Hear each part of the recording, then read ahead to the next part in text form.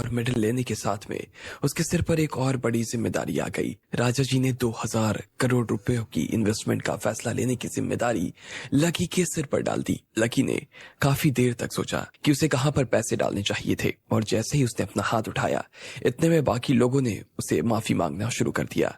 न सिर्फ उन लोगों ने लकी से माफी मांगी, बल्कि उन लोगों ने शांतनु, केशव और अब्बास को भी माफी मांगने के लिए कह दिया। वो उनके ऊपर दबाव बना रहे थे।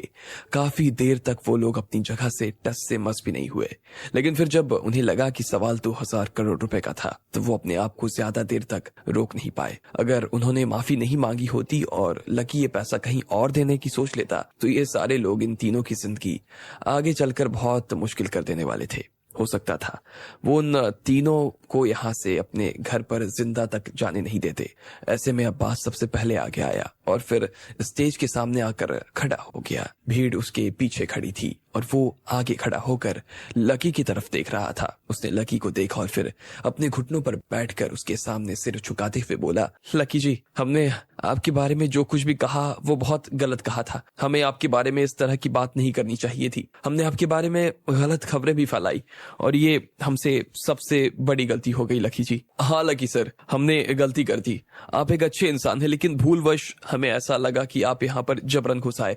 मुझे उम्मीद है कि आप हमें हमारी गलतियों के लिए माफ कर देंगे, और हम ये भी उम्मीद करते हैं कि हमने आपके बारे में जो कुछ कहा उसका असर जयपुर और उसके बिजनेस पर नहीं आएगा। सर, आप तो जानते ही हैं कि इस इन्वेस्टमेंट के लिए हमने पहले ही कितनी तैयारियां की हुई हैं। आखिर में अब्बास के साथ में शांतनु और केशव भी आकर खड़े हो गए और उन्होंने एक सुर में कहा, लकी सर, हमें माफ कर दीजिए। लकी को देखकर ऐसा लग रहा था जैसे उन्हें उनकी किसी भी बात से कोई फर्क नहीं पड़ रहा था। वो बस चुपचाप खड़ा उनकी बातें सुन रहा था।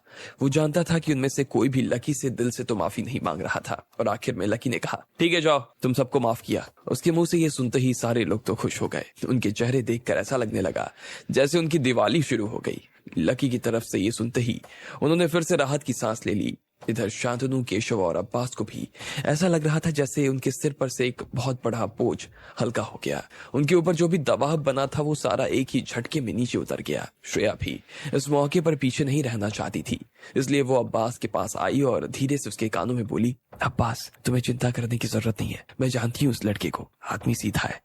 अब जब इसने अपने मुंह से कह दिया है ना कि इसने तुम्हें माफ कर दिया है, तो फिर ये आगे भी तुम्हें कभी भी परेशान नहीं करने वाला। अब्बास श्रेया की तरफ देख नहीं रहा था, वो सिर्फ उसकी बातें सुन रहा था। उसकी नजर तो सिर्फ अभी लकी के ऊपर ही टिकी हुई थी। उसने उसे देखा और अपने मन में सोचा, चलो माफी मांगनी पड़ी तो उसमें तो कोई बड़ी बात नहीं है, लेकिन हमने 2000 करोड़ रुपए तो बचा लिए। अभी के लिए तो इस पैसे के बच जाने से बड़ी और कोई बात हो ही नहीं सकती। वैसे भी आगे हमें ऐसे बहुत सारे मौके मिलने वाले हैं जब हम लकी से आराम से निपट सकते हैं। लकी को सबक कैसे सिखाना है, इसकी चिंता हमें अभी नहीं करनी चाहिए। इधर कुमारी ने लकी को पीछे से चिकोटी काटी और उसकी तरफ देखने लगी। उसकी आंखों में लकी के लिए गुस्सा साफ नजर आ रहा था। उसने गुस्से में लकी को धीमी आवाज में डांटते हुए कहा, क्या तुम बेवकूफ हो? समझ नहीं आ रहा ये लोग क्या है और कैसे बात करते हैं तुमसे? लकी ने भी उसकी बात पर ज्यादा ध्यान नहीं दिया और सुनकर अनसुना कर दिया। फिर वो मुस्कुराते हुए दोबारा राजा जी की तरफ जाने लगा और उसने मुस्कुराते हुए कहा, राजा जी, मैंने काफी देर सोच विचार किया और मैं काफी देर के सोच विचार के बाद इस नतीजे पर आया हूँ कि आपको ये सारा पैसा ना दिल्ली में लगाना चाहिए। फिर से उसने लोगों की नींद उड़ा दी थी। लकी बोल क्या रहा था ये सबकी समझ से बाहर था। उनके चेहरे पर जलते हुए लट्टू अचानक से बंद हो गए। लकी जयपुर में रहते हुए दिल्ली में पैसा लगाने के लिए कैसे कह सकता था? ये सब लोगों के दिल की धड़कन तेज हो गई थी और वो गुस्से भरी नजरों से लकी को देख रहे थे। कुछ लोग तो उसकी ये बात सुनकर अपनी कुर्सियों पर से खड़े हो गए। कुछ लोगों के दिल में दर्द होना शुरू हो गया। शांतनु के तो कान में सीटी बजने लगी। उसे ऐसा लगने लगा जैसे उसका दिमाग पूरी तरीके से खाली हो गया। अगर ये 2000 करोड़ रुपए राजा जी जयपुर में लगाते तो आराम से शांतनु के परिवार को तो 100 से 200 करोड़ रुपए हाथ लग सकते थे। इन पैसों से वो अपना बिजनेस और ज्यादा आगे बढ़ा सकता था। लेकिन अब जब कोई पैसा आना बाकी ही नहीं रह गया तो उसके सारे अरमानों पर पानी फिर चुका था। यही हाल अब्बास और केशव का ही हुआ। उसने लकी को कम आवाज में गाली भी देनी शुरू कर दी। अब्बास तो जहां पर खड़ा हुआ था वहां पर खड़ा रह गया। उसे देखकर ऐसा लग रहा था जैसे वो आदमी से मूर्ति हो गया। कुमारी ने उसका चेहरा देखा तो ऐसा लगा जैसे अब्बास को 100 करोड़ रुपए से भरा हुआ बैग तो मिल गया था, लेकिन वो बैग खोलते ही उसमें से सांप निकल आया और उसने उसे डस लिया। जब श्रेया ने अब्बास का ऐसा चेहरा देखा तो वो खुद भी बहुत परेशान सा महसूस करने लगी।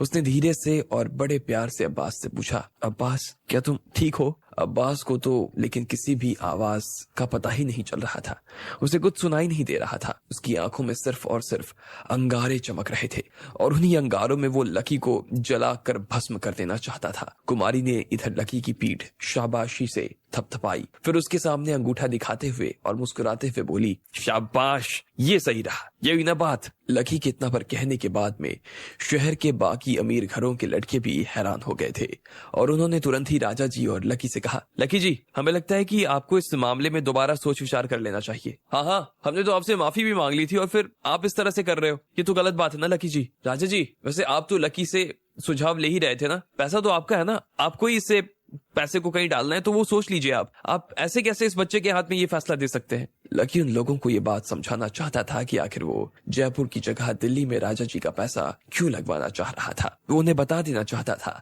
ताकि सब लोग जो उसके ऊपर इस तरह से आरोप लगा रहे थे वो सब ये कहना बंद कर दे, राजा जी, जयपुर के मुकाबले दिल्ली की जो आबादी है वो। इससे पहले कि लकी अपनी बात खत्म कर पाता इतने में राजा जी ने नाम में अपना सिर हिलाया और बोले, नहीं लकी, इसके बारे में तुम्हें कुछ कहने की जरूरत नहीं, तुमने कह दिया और मैंने मान लिया, मैं अब पैसा दिल्ली में ही लगाने वाला हूँ। लकी ने धीरे से मुस्कुराते हुए कहा, राजा जी, आप मेरे ऊपर इतना भरोसा दिखा रहे हैं उसके लिए आपका शुक्रिया। आपका विश्वास पाना ये मेरे लिए बहुत बड़ी बात है। मैं 80% तो इस बात की गारंटी दे सकता हूँ कि अगर आप दिल्ली में आज 2000 करोड़ रुपए डालेंगे ना तो कल को ये 2000 करोड़ रुपए 4000 करोड़ रुपए हो जाएंगे। आपको इतना अच्छा रिटर्न 5 साल के अंदर मिल जाएगा। लकी को हालांकि इतना भी कहने की कोई जरूरत नहीं थी, लेकिन फिर भी उसने राजा जी को अपनी तरफ से सब कुछ समझा दिया और इस तरह से राजा जी ने भी अपना पैसा दिल्ली में लगाने का फैसला कर लिया। लेकिन लकी को इस बात का कोई अंदाजा ही नहीं था कि उसने न सिर्फ राजस्थान के व्यापारियों बल्कि वहां के अधिकारियों और मंत्रियों को भी नाराज कर दिया। वो सब लोग अब उसे गुस्से भरी नजरों से देख रहे थे, उनके सीने पर सांप लौटने लगे। लेकिन अब जब राजा जी लकी के साथ खड़े थे तो किसी की भी इतनी हिम्मत नहीं थी कि वो लकी से कुछ कह सके।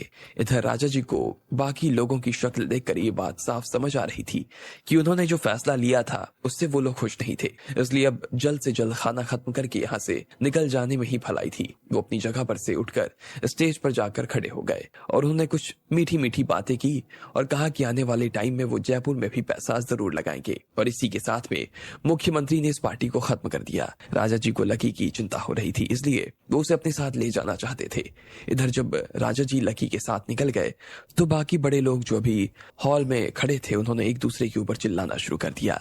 थोड़ी देर तक भड़ास निकालने के बाद में सब लोगों ने अपना गुस्सा लकी और राजा जी के ऊपर निकालना शुरू कर दिया। उनके हिसाब से राजा जी से बड़ा बदमाश उन्होंने आज तक नहीं देखा और इधर लकी भी उनके लिए बहुत बड़ा बदमाश हो चुका था। उन सब ने अपने मन में ये चीज ठान ली थी कि उन्हें जब भी मौका मिलता वो लकी को सबक सिखाने वाले थे।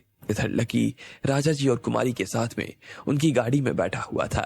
लकी ने कुमारी से पूछा, क्या तुम भी राजा जी के साथ कल जा रही हो? कुमारी ने नाम में सिर हिलाया और प्यार से मुस्कुराते हुए बोली, नहीं, मैं यहाँ पर ही रुकने वाली हूँ। अगर रानी साहिबा होती तो शायद मैं एक बार तो चली भी जाती, लेकिन मेरे दिल में ना अभी जो इंसान है वो यहाँ भारत में ही है। ऐसे में रानी साहिबा के बिना मैं वहां पर जाकर क्या ही करूंगी लकी। मैं तो यही भारत में रहूंगी और उस इंसान के लिए ज्यादा से ज्यादा सैंडविच बनाकर बेचूंगी जो मेरे दिल में है। वैसे अगर वो मुझे नहीं मिला ना तो मैं तुम जैसे फटीचर के साथ काम चलाने के बारे में सोच सकती हूँ। लकी को कुमारी की ये बात सुनकर हंसी आ गई। उसे इस तरह से मजाक करते हुए देखकर लकी को अच्छा लग रहा था। वो काफी खुश महसूस कर रहा था। हालांकि वो पूरी तरीके से ठीक तो नहीं हुई थी, पर फिर भी धीरे धीरे वो अपने पुराने रंग में वापस आ गई। कुमारी का चेहरा शर्म की वजह से थोड़ा सा लाल हो गया। उसने अपना हाथ उठाया और फिर धीरे से लकी के हाथ पर रख दिया। फिर उसने लकी को डांटा और कहा, तुम्हें किस बात पर इतनी हंसी आ रही है? भले ही राजा जी ने कहा हो कि कोई तुम्हारी बेइज्जती नहीं कर सकता, लेकिन मैं तुम्हें बता देती हूँ कि मैं वो कोई नहीं हूँ। मैं तो तुम्हारे साथ में जो चाहे ना वो कर सकती हूँ। मैं चाहे तो तुम्हें मार भी सकती हूँ, समझे? इसके बाद उसने शर्माते हुए लकी की आंखों में देखा। लकी भी उसे देखकर मुस्कुरा रहा था। थोड़ी देर बाद उनकी गाड़ी फिर से राजा जी के गेस्ट हाउस पर आ गई। जब उधर लकी की जिंदगी में ये सब हो रहा था तो उधर शहनाज उर्फ राधिका के घर में शादी की तैयारियां शुरू हो गई थी। घर की सजावट से लेकर कपड़ों की खरीदारी तक सारी चीजें शुरू हो रही थी। विराज अपनी शादी में कुछ मार्शल आर्ट्स वालों को बुलाना चाहता था ताकि उसे आगे कोई दिक्कत ना हो। वो जानता था कि लकी कोई ना कोई तो अड़ंगा इस चीज में लगा सकता था। वो चाहता तो इसमें पुलिस को भी बुला सकता था, उसका सहारा ले सकता था।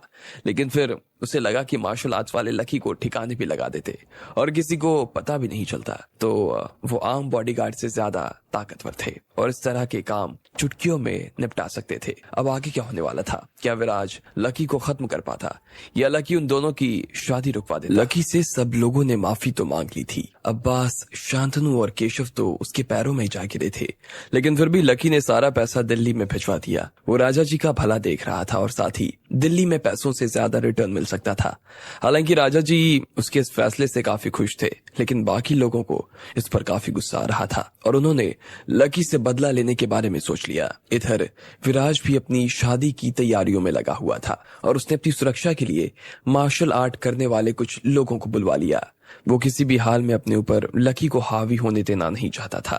यहाँ पर सिर्फ विराज ही नहीं बल्कि बहुत से अमीर घरों के लोग ने इस तरह के लोगों को अपनी सुरक्षा के लिए तैनात किया हुआ था। भले ही उन्होंने आज तक किसी के ऊपर हाथ तक नहीं उठाया, लेकिन सिर्फ डर दिखाने के नाम पर ही उन्हें ये सब बड़े लोग काफी सारा पैसा दिया करते। इन लोगों के साथ होने की वजह से बाकी लोगों की जान में जान बनी रहती थी। विराज के परिवार वालों ने एक आंकड़ा निकाला और उसमें पाया कि जयपुर में 10 ऐसे लोग थे जिन्होंने इस तरह के मार्शल आर्ट्स वाले लोगों को हायर किया हुआ था। विराज ने भी अजय और अक्षय को अपनी शादी में इसलिए बुलाया था। न सिर्फ अजय और अक्षय बल्कि उसने इस तरह के 10 लोगों को अपने बंगले पर बुलाया हुआ था। उसका बंगला बहुत बड़ा था और जहां तक नजर जाए वहां तक फैला हुआ था। सब लोग उसे राजा साहब की कोठी कहकर बुलाते थे। उस कोठी में सबसे पहले एक बड़ा सा लोहे का दरवाजा था और उस पर 2 शेर बैठे हुए थे। उसके अंदर जाते ही एक बगीचा था और अंदर साथ में एक स्विमिंग पूल भी। उसके पास में ही राजा साहब की गाड़ी खाड़ी रखने के लिए एक बड़ा सा गराज बना हुआ था। उस बंगले की साज सज्जा और रख रखाव के लिए उन्होंने 20 नौकरों को नौकरी पर रखा था। वो सब लोग हर रोज सुबह 10 बजे से काम पर लगते और शाम के 7 बजे तक लगातार काम करते रहते। आज भी सुबह 10 बजते ही विराज के बुलाए हुए सारे मार्शल आर्टिस्ट वहां पर पहुंच गए। उनमें आदमी भी थे और औरतें भी। विराज नीचे आया और उनके चेहरे देखने लगा। उसने देखा कि ना सिर्फ उनके चेहरे बल्कि उनके कपड़े भी आम आदमियों से काफी अलग नजर आ रहे थे। उनमें से किसी ने सिर्फ बनियान पहनी हुई थी और किसी के चेहरे पर ढेर सारे घाव थे। कुछ के चेहरे पर तो कोई भाव ही नहीं थे और वो मरे हुए से नजर आ रहे थे। विराज उन लोगों को देखकर एक बार के लिए तो हैरान हो गया। उसे समझ नहीं आ रहा था कि ये लोग असली में इतने खतरनाक थे या फिर ये बस लोगों को दिखाने के लिए इस तरह के कपड़े पहन कर आए थे। विराज ने उन्हें ध्यान से देखा और फिर मुस्कुराते हुए बोला, आप सब लोग मेरे साथ गार्डन की तरफ आ जाइए। वहां पर मैं आपका टेस्ट लूंगा और उसके बाद हम डिसाइड करेंगे कि कौन रहने वाला है और कौन जाने वाला है। सब लोग विराज के पीछे पीछे गार्डन में आ गए। जैसे ही वो वहां पहुंचे तो उन्होंने देखा कि वहां पर पहले से ही 20 और लोग खड़े हुए थे। वो काफी लंबे चौड़े और हट्टे कट्टे दिखाई दे रहे थे। उन्होंने पूरी बाजू की टी शर्ट पहनी हुई थी। वो सभी एक से बढ़कर एक भारी भरकम लोग थे। इधर इन 10 मार्शल आर्टिस्ट में से एक आदमी ऐसा था जिसकी उम्र 30 से 35 साल के आसपास थी। उसका चेहरा काफी पतला दिखाई दे रहा था। उसके बाल लंबे थे और साथ में उसने ग्रे रंग के कपड़े पहन रखे थे। विराजपना, हम लोगों का टेस्ट लेने के लिए सच में बहुत ही खतरनाक लोगों को हमने बुलाया है। इतने भारी लोगों से तो पता नहीं मैं लड़ भी पाऊंगा या नहीं। बाकी सब लोग उसकी बात के पीछे मजाक को समझ चुके थे और वो मन ही मन में हंस भी रहे थे।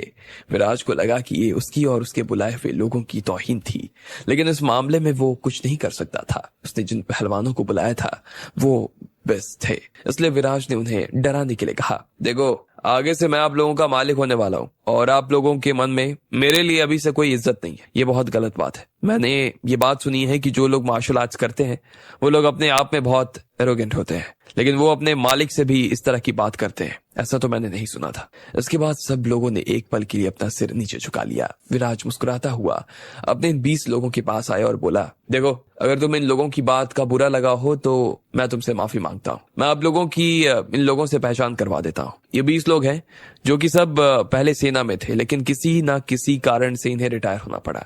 लेकिन फिर भी इन्होंने लड़ना नहीं छोड़ा, और कोई इनमें से कुश्ती करता है तो कोई आने वाले सैनिकों को तैयार करता है। सब एक से बढ़कर एक है, और मैं आप लोगों को अपनी तरफ से बधाई देता हूँ। आपके सामने जो लोग खड़े हैं ना, वो लोग मार्शल आर्ट्स में बहुत अच्छे हैं, लेकिन फिर भी मुझे नहीं लगता कि वो लोग आपके सामने टिक पाएंगे। जैसे ही विराज ने इतना पर कहा, उसके बाद उन लोगों को भी हंसी आने लगी। वो विराज की बातों को बहुत हल्के में ले रहे थे और बोले, अरे विराज बना, अपने सेना के लोगों को बुलाया वो अच्छा किया, लेकिन ऐसा भी नहीं है कि हम इनसे आसानी से हार जाएंगे। बना भले ये 20 लोग हैं, लेकिन अगर ये 40 भी होते ना, तो भी हमें इससे कोई फर्क नहीं पड़ने वाला था। हाँ, आप चाहो तो और लोगों को बुला लो, हम जैसे लोग नंबर देखकर लड़ाई नहीं करते। जब मार्शल आर्ट्स वाले लोग इस तरह की बातें कर रहे थे, तो सेना के लोगों में जो लीडर था वो उनकी बातों को सुन रहा था, और वो उसे बुरी लग रही थी। उसे उनकी बातें सुनकर काफी गुस्सा आ रहा था, और उसे देखकर बाकी सैनिकों को भी उसके ऊपर गुस्सा आने लगा। उन्होंने अपनी मुट्ठी बांध ली, और वो किसी भी वक्त इन लोगों की खाट खड़ी करने के लिए तैयार हो गए। विराज को उन्हें इस तरह से गुस्से में देखकर अपने दिल में बहुत खुशी होने लगी। उनका गुस्सा देखकर भी उसे लग रहा था कि वो छोटे मोटे खिलाड़ी नहीं थे। भले ही मार्शल आर्ट्स वाले अपने आप को बहुत बड़ा मान रहे हो, लेकिन वो भी उनसे कम तो नहीं थे। उसने आगे कहा, कॉन्फिडेंस होना अच्छी बात है, लेकिन कभी कभी ओवर कॉन्फिडेंस ना आदमी को बर्बाद कर देता है। तो मैं अभी खेल शुरू करने से पहले जरा उसके नियम समझा देता हूँ। ये जो 20 लोग हैं ना, इन्हें मैंने 5-5 के ग्रुप्स में बांटा हुआ है। आप में से एक वक्त में एक ही आदमी इनसे लड़ने के लिए आ पाएगा। देखते हैं किसमें कितना दम है। तो चलो बताओ, आप में से कौन आ रहा है पहले। जैसे उन लोगों ने खेल के नियम सुने, तो एक बार के लिए तो सब लोग शांत हो गए। उन्हें समझ नहीं आ रहा था कि 5 आदमी एक आदमी से कैसे लड़ सकता था। कहने को तो उन्होंने कह दिया, लेकिन लड़ाई से पहले होने वाली धक धक उन्हें थोड़ा सा डरा रही थी। इधर वो फौजी भी बेसब्री से उनके आने का इंतजार कर रहे थे। वो उन्हें मार मार कर उनका भरता बना देना चाहते थे। मैं आ रहा हूँ, इतने में एक आदमी ने कहा। ये वही ग्रे कपड़ों वाला था, पतले से चेहरे वाला आदमी था जिसने सबसे पहले विराज का मजाक उड़ाया था। वो आगे आया और विराज की तरफ देखने लगा। फिर उसने कहा, हेलो विराज भाई, मेरा नाम उस्मान ख्वाजा है। अभी आपने कहा ना कि एक आदमी सिर्फ 5 लोगों से ही लड़ सकता है। मैं आपसे कहना चाहता हूँ कि आप 10 लोगों को भेज दो।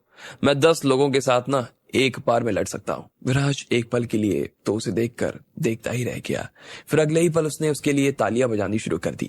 क्या बात है ख्वाजा भाई, तो सुना आप लोगों ने, ख्वाजा भाई तो 10 लोगों के साथ में लड़ना चाहते हैं। तो ठीक है, तो फिर हम भी देखते हैं कि एक 10 पर भारी या फिर 10 एक पर। आ जाओ। जैसे ही उसने कहा, इतने में फौज के लीडर ने 2 गुटों को आपस में मिला दिया और फिर उन्हें लड़ने के लिए भेज दिया। 10 लोग उस्मान ख्वाजा के सामने आकर खड़े हो गए थे। बाकी लोगों ने लड़ाई के लिए जगह थोड़ी सी छोड़ दी। ख्वाजा भाई, आप बहुत कमजोर तो दिख रहे हैं, लेकिन इसका मतलब आप ये मत सोच लेना कि हम लोग आपको छोड़ देंगे, उस फौज के लीडर ने कहा। और जैसे ही उसने इतना कहा, उसके बाद उसने अपने साथियों को लड़ाई शुरू करने के लिए इशारा कर दिया। देखते ही देखते सारे लोग एक साथ ख्वाजा के ऊपर टूट पड़े। ख्वाजा को यह देखकर हंसी आ गई। जैसे ही 10 लोग उसके ऊपर आए, वो अचानक से हवा में कूदा और उनका शरीर किसी परछाई की तरह दिखाई देने लगा। ख्वाजा ने उस टीम के एक साथी के हाथ पर एक अपने हाथ से जोरदार वार किया। वो आदमी चक्कर खाता हुआ एक बार में ही नीचे जमीन पर जा गिरा और उसके मुंह से चीख निकल गई। इसके बाद ख्वाजा ने अपने हाथ गोल गोल घुमाने शुरू कर दिए। वो बाकी लोगों को पीटे जा रहा था। वो कहने को तो 10 लोग थे और 10 को ऐसे देखकर लग रहा था कि एक आदमी में 10 आदमी छिपे हुए थे, लेकिन फिर भी उनमें से एक भी आदमी ख्वाजा के कपड़ों तक को हाथ नहीं लगा पा रहा था। ख्वाजा आगे से पीछे और पीछे से आगे चला जा रहा था और उन लोगों को पीटता जा रहा था। वो एक एक करके नीचे जमीन पर गिरते चले जा रहे थे। 3 मिनट से भी कम वक्त में 10 के 10 लोग धाराशाही हो गए और वो ऐसे गिरे कि फिर उठने का नाम भी नहीं ले पा रहे थे। उन सब ने अपने अपने हाथों से अपने घाव ढके और सब लोग ख्वाजा को घबराई हुई आंखों से देखे जा रहे थे। इधर बाकी लोग जो ख्वाजा के साथ थे, वो खुशी खुशी देख रहे थे। उन्हें ख्वाजा को इस तरह से लड़ते हुए देखकर अच्छा लग रहा था और उनके दिल में उसके लिए इज्जत और ज्यादा बढ़ गई। बहुत अच्छे। विराज ख्वाजा के पास आया और उसकी पीठ थपथपाते हुए बोला। इसके बाद उसने आगे कहा, ख्वाजा जी, तो आप तो सच में बहुत अच्छे लड़ाके हैं भाई। अगर आप हमारे परिवार के साथ में खड़े रहते हैं तो ये हमारे लिए बहुत फख्र की बात होगी। आपको साथ पाकर हम खुश होंगे बहुत। विराज के कहने से ही बाकी लोगों को ये बात समझ आ गई कि वो अब ख्वाजा को अपने साथ में ही रखने वाला था। ख्वाजा मुस्कुराया और बोला, विराज भाई, मैं आगे आपके परिवार के साथ में रह पाऊंगा या नहीं रह पाऊंगा ये तो आपके ऊपर डिपेंड करेगा। अगर आप सही रहोगे तो मैं भी सही रहूंगा, अगर आप गलत हुए तो मैं बहुत गलत हो जाऊंगा, उसने कहा और फिर वापस से अपने साथ वालों के पास आकर खड़ा हो गया। ख्वाजा जैसे ही वहां पर आया और एक लड़का जिसका नाम रहीम था, उसने भी ख्वाजा जी की ही तरह 10 लोगों को एक बार में ही खत्म कर दिया। लेकिन विराज ने देखा कि वो इतने अच्छे से नहीं लड़ पा रहा था जितने अच्छे से ख्वाजा लड़ रहा था। उसमें और ख्वाजा में जमीन आसमान का अंतर था, लेकिन फिर भी विराज को काफी खुशी हो रही थी। उसे अपने लड़ाकों के रूप में ख्वाजा और रहीम मिल चुके थे और उन दोनों ने ही 20 लोगों को निपटा दिया था। अब ऐसे में उसे किसी और की जरूरत महसूस नहीं हो रही थी। विराज के पास में एक अच्छा आइडिया था। उसने बाकी के मार्शल आर्टिस्ट से कहा, अब आप बाकी सब लोग अजय और अक्षय के साथ एक एक करके लड़ेंगे। उसके बाद शुरू में जो 2 लोग आएंगे वो पीछे आने वाले 2 लोगों के साथ लड़ेंगे और ख्वाजा और रहीम आराम करेंगे और इस तरह से ये क्रम चलता रहेगा। मैं इसी बहाने आप सब लोगों के स्किल देखूंगा। अगर किसी को मुझे लेने की जरूरत लगेगी तो मैं उसे भी अपने साथ ले लूंगा। आप में से किसी को भी निराश होने की जरूरत नहीं है। बाकी लोगों ने भी इस बात पर हाँ कर दी। उनमें से किसी को भी इस चीज से कोई दिक्कत तो नहीं थी। 10 मार्शल आर्टिस्ट को बुला लिया था और उनका टेस्ट लेने के लिए उसने अलग से 20 और फौजियों को भी बुलाया हुआ था। लेकिन अजय और अक्षय ने सारे फौजियों को एक साथ निपटा दिया। विराज ने जब उन्हें इस तरह से लड़ते देखा तो काफी खुश होने लगा, लेकिन इसके साथ ही वो बाकी लोगों का भी स्किल टेस्ट करना चाहता था। इसलिए उसने बाकी लोगों को आपस में ही लड़वाने का फैसला कर लिया। 2 लोग अजय और अक्षय के सामने आकर खड़े हो गए। विराज ने देखा कि वो बहुत ही खतरनाक लोग थे और काफी मजबूत नजर आ रहे थे। उनकी हर हरकत में काफी फुर्ती थी। उन फौजियों से तो वो बहुत ही ज्यादा अच्छे थे। अगर वो सब लोग फौज में होते तो कमाल कर सकते थे। विराज अपनी आंखों से ये सब देखे जा रहा था और बीच बीच में हाँ में सिर भी हिला रहा था। इस तरह से उन्हें लड़ता हुआ देखने में उसे काफी मजा आ रहा था। वो काफी खुश दिखाई दे रहा था। जैसे ही 2 लोगों ने अपनी लड़ाई खत्म की, उसके बाद में 2 और लोग उससे लड़ने के लिए तैयार हो गए। वो अपनी जगह पर खड़े हुए। पीछे जो लोग गए थे उनके मुकाबले में वो उतने मजबूत नहीं थे। उन्होंने काफी सारे कपड़े पहने हुए थे। उनमें से एक ने नीले रंग की टी-शर्ट पहनी हुई थी और वो काफी आम नजर आ रहा था।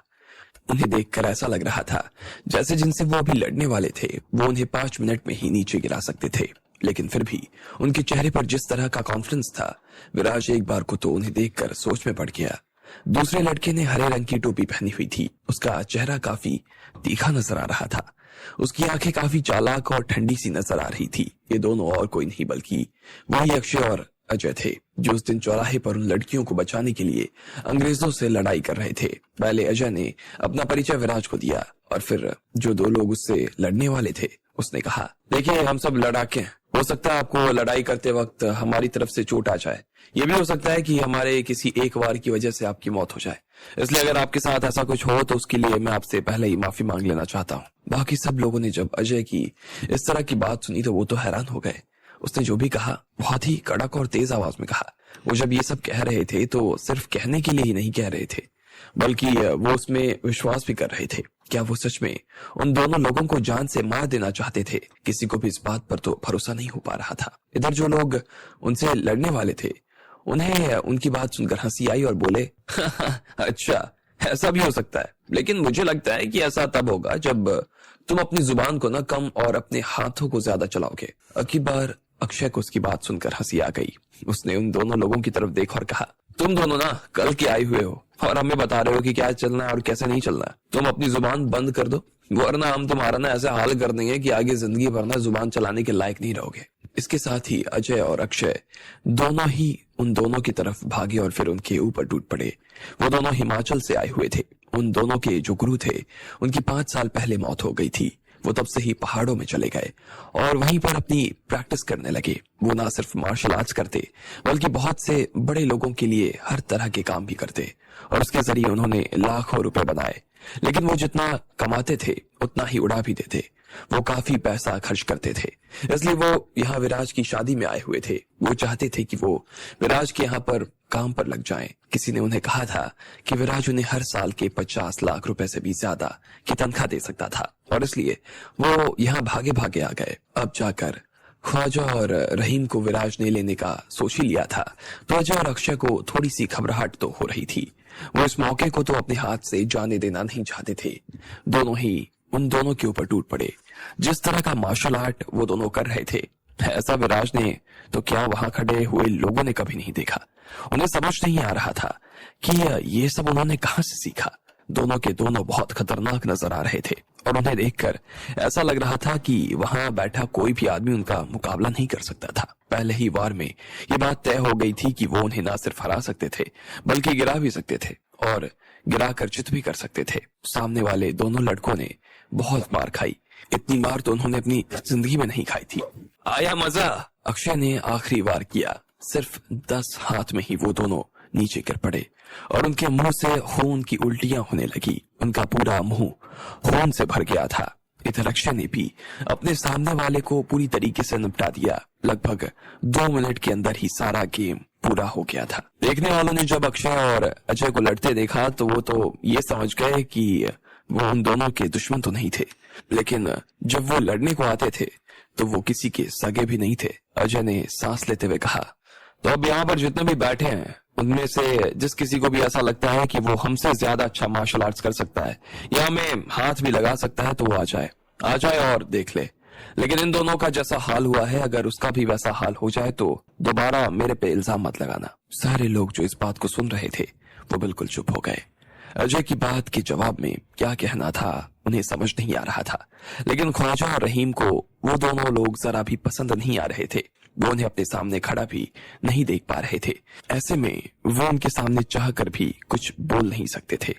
विराज अक्षय और अजय के पास में आया और बोला, इन दोनों ने तो मेरी आंखें ही खोल दी। थोड़ी देर के लिए तो नींद का झोंका ही आ गया था, लेकिन इन्होंने फिर से मुझे नींद से जगा दिया। भाई सच में दोनों के दोनों बहुत खतरनाक है बॉस। तुम्हारी मार्शल आर्ट्स का तो मैं फैन हो गया यार। मैं तुम दोनों को सबसे ज्यादा पैसे देने को तैयार हूँ। आज से तुम हमारे परिवार की रखवाली की जिम्मेदारी अपने सर पर ले लो। विराज के परिवार में तुम्हारा स्वागत है। हाँ तो बात आपकी ठीक है, जिम्मेदारी वगैरह सब अपनी जगह पर। आप तो मुझे ये बताओ कि पैसे कितने मिलने वाले हैं। जब तक पैसा मिलता रहेगा तब तक काम होता रहेगा। अजय ने अपनी दाढ़ी पर हाथ फेरते हुए कहा। ये सुनते ही विराज को खांसी आ गई। भले ही वो राजकुमार था, लेकिन इन दोनों से तो उसे भी डर लग रहा था। विराज ने खांसने के बाद में और भी लोगों के खांसने की आवाज आने लगी। पीछे जो 2 फौजी अभी पड़े हुए थे वो धीरे धीरे खांसे और फिर वहां से उठकर निकल गए। उन दोनों की नाक टूट चुकी थी, आंख अंदर की तरफ धंस गई थी और ऐसा लग रहा था जैसे शरीर में तो कोई जान ही नहीं बची। उन्हें देखकर ऐसा लग रहा था जैसे वो मौत के बिल्कुल करीब आ गए थे और सिर्फ एक ही मुक्के में ना उनका काम तमाम हो सकता था। उनमें एक तो निकल गया, लेकिन दूसरा अभी भी वहीं पर रुका हुआ था। जैसे ही अजय ने उसका चेहरा देखा तो उसे हंसी आ गई और उसने कहा, क्या बात है बड़े भाई, उठने में दिक्कत आ रही है क्या? बोलो तो हम उठा दें। उस आदमी ने मुस्कुराते हुए देखा और फिर ना में अपना सिर हिला दिया। बाकी लोगों को हैरानी हो रही थी। वो आदमी मरने जैसी हालत में था और अजय को अभी भी हंसी आ रही थी। हर कोई लेकिन सिर्फ एक गहरी सांस लेकर ही रह गया। हर कोई अपने आप में यही कह रहा था कि यह आदमी सच में बहुत ज्यादा था। इधर अजय की आंखों में फिर से जैसे शैतान आ खड़ा हुआ और उसने कहा, चलो ठीक है, आप हमारी मदद नहीं लेना चाहते कोई बात नहीं, लेकिन हम तो आपको पूरी मदद देना चाहते हैं। आज ही हम आपको भगवान से मिलवा देते हैं। उसने कहा और फिर एक जोरदार मुक्का उसके पेट में मार दिया।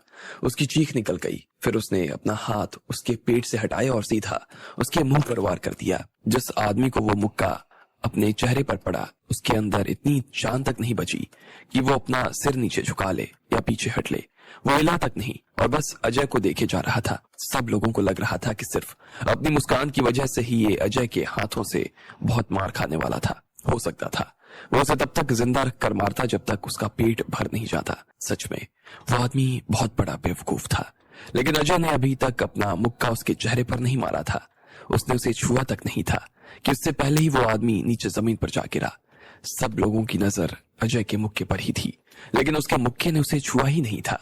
इतने में उस आदमी ने अपना पैर उठाया और सीधा अजय के पैर पर दे मारा। उसके टखने में चोट आ गई और साथ ही उसका घुटना भी टूट गया। अजय ने दर्द के मारे अपना पैर पकड़ लिया और नीचे गिर गया। वो घबराते हुए उस आदमी को देख रहा था और बोला, आप कौन हो? कौन हो आप? मैं वही हूँ जो तू सोच रहा है। भले ही तुम मेरा नाम भूल गया, लेकिन तुम्हारा डर कह रहा है कि तुम मुझे पहचान रहे हो। फिर तो तुम्हें 4 साल पहले जो हुआ वो भी याद होगा ना, या भूल गए? उस आदमी ने अजय की तरफ देखा और मुस्कुराते हुए बोला, आज से 4 साल पहले ही अजय और अक्षय पहली बार हिमाचल के पहाड़ों में गए थे। तब उन्हें वहां पर गए हुए 1 साल से ज्यादा हो गया था, लेकिन उन्हें कहीं भी दूर दूर तक उनसे अच्छा कोई भी नहीं मिल रहा था। वो जिससे लड़ते उसे हरा देते, इसलिए उनका सीना कुछ ज्यादा ही चौड़ा हो गया था। वो धीरे धीरे अय्याश होने लगे और इसलिए उन्होंने लड़कीबाजी भी शुरू कर दी। अब एक दिन वो इसी तरह की कोई जगह ढूंढ रहे थे जहां पर वो इस तरह का कोई काम कर सके।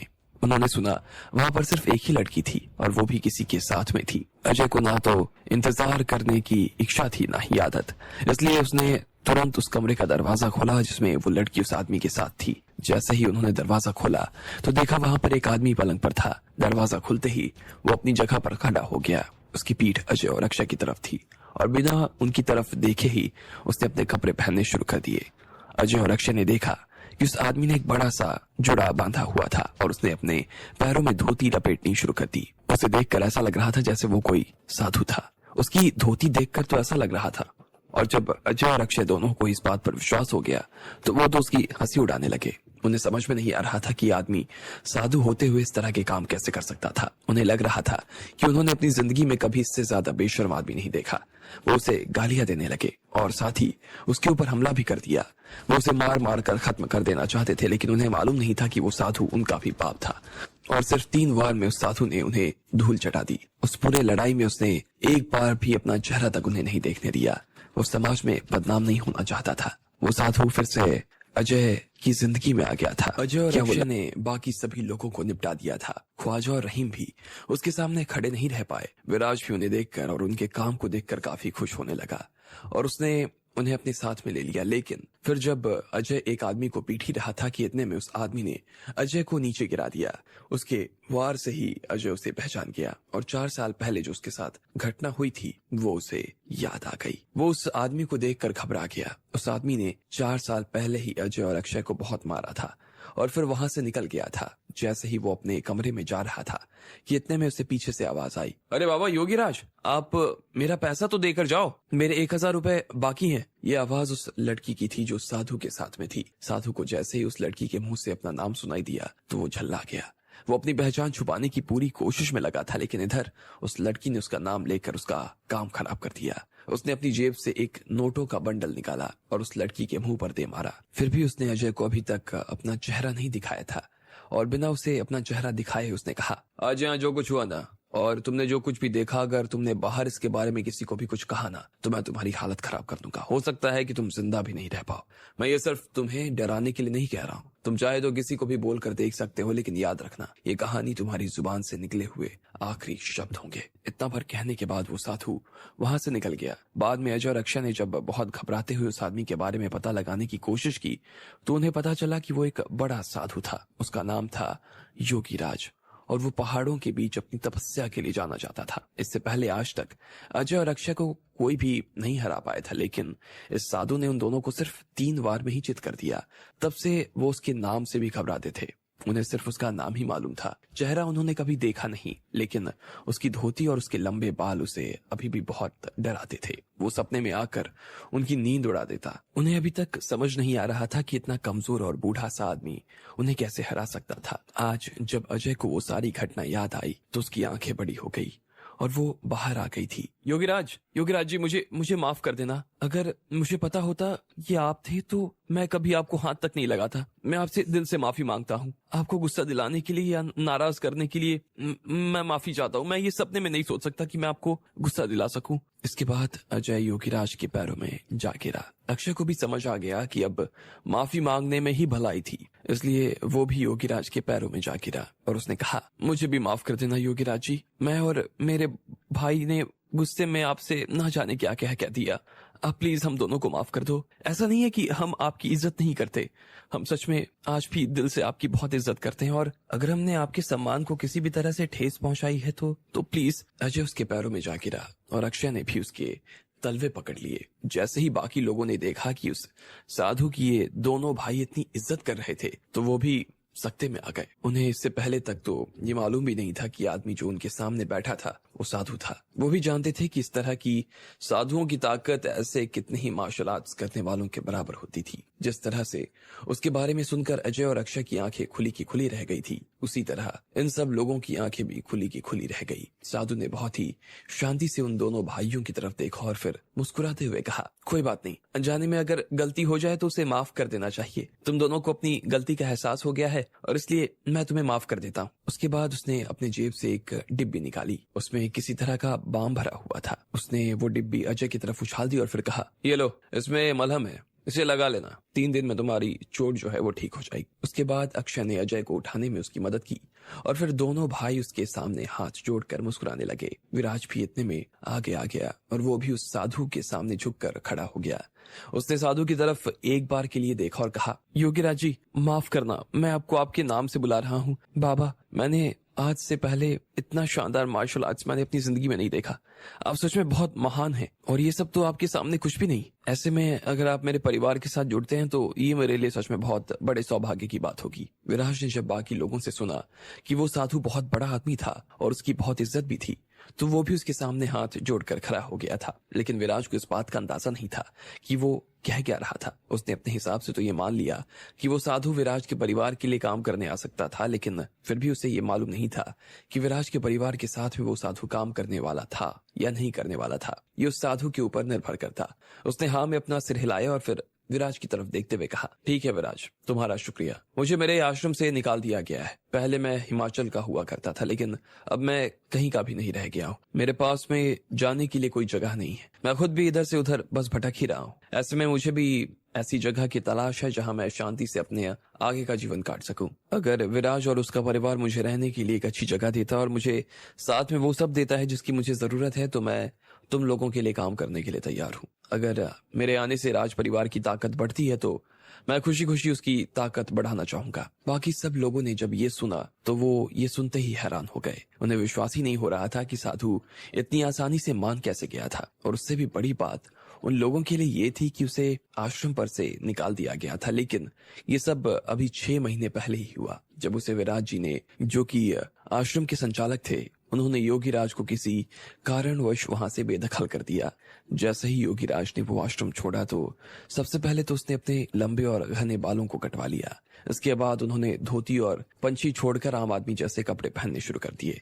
इसके बाद वो यहाँ से वहां और इधर से उधर घूमे जा रहा था। उसके पास में कोई ठिकाना नहीं था। फिर जब उसे इस बात की खबर लगी कि विराज और उसका परिवार इस तरह के लोगों की तलाश कर रहा था, तो वो सीधा इस मौके को भुनाने के लिए जयपुर आ गया। विराज ने जैसे ही सुना कि वो उनके परिवार के साथ में काम करने के लिए तैयार था, तो वो मारे खुशी के झूम उठा। उसकी आंखें चमक आई और बिना सोचे ही उसने साधु से कहा, योगीराज जी, आपको किसी भी बात की चिंता करने की जरूरत नहीं है। मैं आपको इस बात की गारंटी देता हूँ कि मैं जब तक आपके साथ खड़ा हूं ना, तब तक आप निश्चिंत होकर जयपुर में रह सकते हो और मेरे घर वालों के लिए काम कर सकते हो। मैं आपको इस बात की गारंटी देता हूं कि मैं आपको एक बहुत अच्छी जिंदगी दूंगा। आप जो मांगेंगे मैं आपको वो देने के लिए तैयार हूँ। मेरी तरफ से आपको रहने के लिए घर, खाने के लिए भोजन और इसके अलावा 50 लाख रुपए सालाना की तनख्वाह भी दी जाएगी। फिर भी अगर आपको ये कम लगे तो मैं इसके बारे में अपने पापा से और भी बात कर सकता हूँ। आप अब मुझे बताइए कि इस बारे में आपका क्या ख्याल है। इस बात में उस साधु को भी किसी तरह की कोई दिक्कत नहीं नजर आ रही थी। जितना पैसा उसे मिल रहा था, उसे सुनकर वो काफी खुश महसूस कर रहा था। उसने दिल ही दिल में विराज के ऑफर को मान लिया और फिर मुस्कुराते हुए बोला, विराज, मुझे तुम काफी गंभीर इंसान नजर आते हो। हालांकि तुम्हारी उम्र तो काफी कम है, लेकिन फिर भी तुम्हें देखकर ऐसा लगता है कि तुम्हें जिंदगी का काफी अनुभव है। तुम अगर हर एक शर्त को मेरे लिए एक कागज पर लिख दो और उसके ऊपर अपने घर वालों के साइन करवा लो, तो मुझे तुम्हारा ऑफर मंजूर होगा। विराज ने उसकी हाँ सुनकर फिर से काफी खुश हो गया था और उसने जोर से ताली बजाते हुए खुशी खुशी कहा, हाँ बाबा, आपको चिंता करने की जरूरत नहीं है। मैं जो भी काम करवाऊंगा उसके बारे में सब कुछ कागज तैयार करवा दूंगा। उसके बाद उसने वहां पर बैठे हुए बाकी लोगों की तरफ देखा और बोला, मैंने तुम लोगों की स्किल्स भी देख ली है। तुम लोग भी चाहो तो मेरे साथ में मेरे घर पर रह सकते हो, लेकिन मैं तुम्हें पहले भी ये बात बता देना चाहता हूँ कि मैं तुम्हें उतना पैसा नहीं दूंगा जितना मैं बाबा को दे रहा हूँ, लेकिन मैं तुम्हें कुछ कम भी नहीं दूंगा। तुम्हें इतना मिल जाएगा जिससे तुम आराम से अपना खर्चा चला सको। बाकी लोग भी यहाँ पर काम की तलाश में ही आए थे और ऐसा मौका कोई भी अपने हाथ से जाने देने वाला नहीं था। इसलिए तुरंत ही सब लोगों ने विराज की ऑफर में हाँ में सिर हिला दिया। वो विराज के परिवार के लिए काम करने को तैयार थे। और इस बात से विराज भी काफी खुश नजर आ रहा था। उसने सोचा कि अब पहले काम जो वो इन लोगों के जरिए करवाने वाला था वो था उस फटीचर लकी को अपने रास्ते से हटाने का काम। वो उसे निपटा देना चाहता था ताकि उसकी आराम से शादी हो सके। एक बार के लिए अगर उसकी शादी हो जाती तो फिर किसी का बाप भी उसका कुछ नहीं बिगाड़ सकता था। अगले 2 से 3 दिनों बाद ही विराज की शादी का दिन आ जाने वाला था। इधर लकी को इस बारे में कोई खबर नहीं थी। वो तो बस अपने बंगले पर बैठा हुआ था और रीना ने उसके लिए जो नाश्ता बनाया वो आराम से उससे मजे से खा रहा था। लकी को शादी का दिन तो मालूम था, लेकिन उस दिन शादी किसकी हो रही थी उसे ये मालूम नहीं था। उसने रीना और बाकी लड़कियों की तरफ देखते हुए कहा, आज जयपुर में विराज की शादी है। विराज यहाँ का राजकुमार है और उनका परिवार जयपुर का सबसे बड़ा परिवार है। ऐसे में हो सकता है कि आज पूरे शहर में ही सब जगह पर बहुत ज्यादा भीड़ हो। उन्होंने सारे शहर को सजा भी रखा है। ऐसे में तुम लोग चाहो तो जाकर देख सकते हो। लकी ने जैसे ही इतना भर कहा कि बाकी सब लड़कियां एक दूसरे को देख रही थी। लकी के चेहरे पर एक अजीब सी उदासी नजर आ रही थी। इधर वो लड़कियां भी लकी की बात सुनकर उदास हो गई। लकी की बातों से साफ हो गया कि वो शादी में नहीं जाना चाह रहा था और वो लकी को छोड़कर भी कहीं नहीं जाना चाहती थी। उन्हें डर था कि अगर वो लकी को छोड़कर चली जाती और लकी को पीछे से किसी चीज की जरूरत पड़ती तो फिर उन्हें इस बात का बहुत बुरा लगता। इसलिए वो उसके पास ही रहना चाहती थी। लकी उन्हें अपने साथ में कॉलेज तक भी नहीं आने देना चाहता था, लेकिन फिर भी रीना चुपके चुपके उसके पीछे चली ही जाती थी। इतने में मीना लकी के लिए एक कप चाय लेकर आई और बोली, लक्ष्मण जी, हमारे लिए इससे बड़ी खुशी की बात और कोई नहीं होती है कि आप जहाँ पर जाओ हम वहां पर आपके साथ आए। ऐसे में अगर आप हमारे साथ बाहर नहीं चलेंगे तो हम भी बाहर नहीं जाना चाहते हैं। हम आपके बिना क्या करेंगे। बाकी सब लड़कियों ने भी उसकी बात सुनकर हाँ में सिर हिला दिया। लकी उनके चेहरे देख रहा था। लकी अपने घर में बैठा हुआ था और उसके साथ की सारी लड़कियां तैयार होने के लिए चली गईं। इतने में लकी ने शिरीन को फोन लगा दिया। भले ही उसने लकी को शादी में नहीं बुलाया, लेकिन फिर भी वो उसे बधाई देना चाहता था। इधर जैसे ही शिरीन और शहनाज ने लकी का फोन आते हुए देखा तो वो घबरा गईं। इसके बाद शिरीन ने बड़ी हिम्मत करके लकी का फोन उठाया और उसे बहाने से टाल दिया, लेकिन शिरीन को दिल ही दिल में इस बात का काफी बुरा लग रहा था। इतने में शहनाज ने अपने दराज में एक पेंडेंट निकाला और उसे शिरीन को पहनने के लिए दे दिया। वो नहीं मान रही थी, लेकिन शहनाज ने उसे मना लिया। देखो शिरीन, ये बात तुम भी जानती हो कि आज मेरी जिंदगी का ना कितना बड़ा दिन है। ऐसे मैं चाहती हूँ कि तुम इसे मेरे लिए पहनो। मैं इस दिन को ना जितना यादगार हो सकता है ना उतना यादगार बनाना चाहती हूँ। इसके बाद जब मेरी शादी हो जाएगी तो मैं इसे अपने साथ ले जाऊंगी।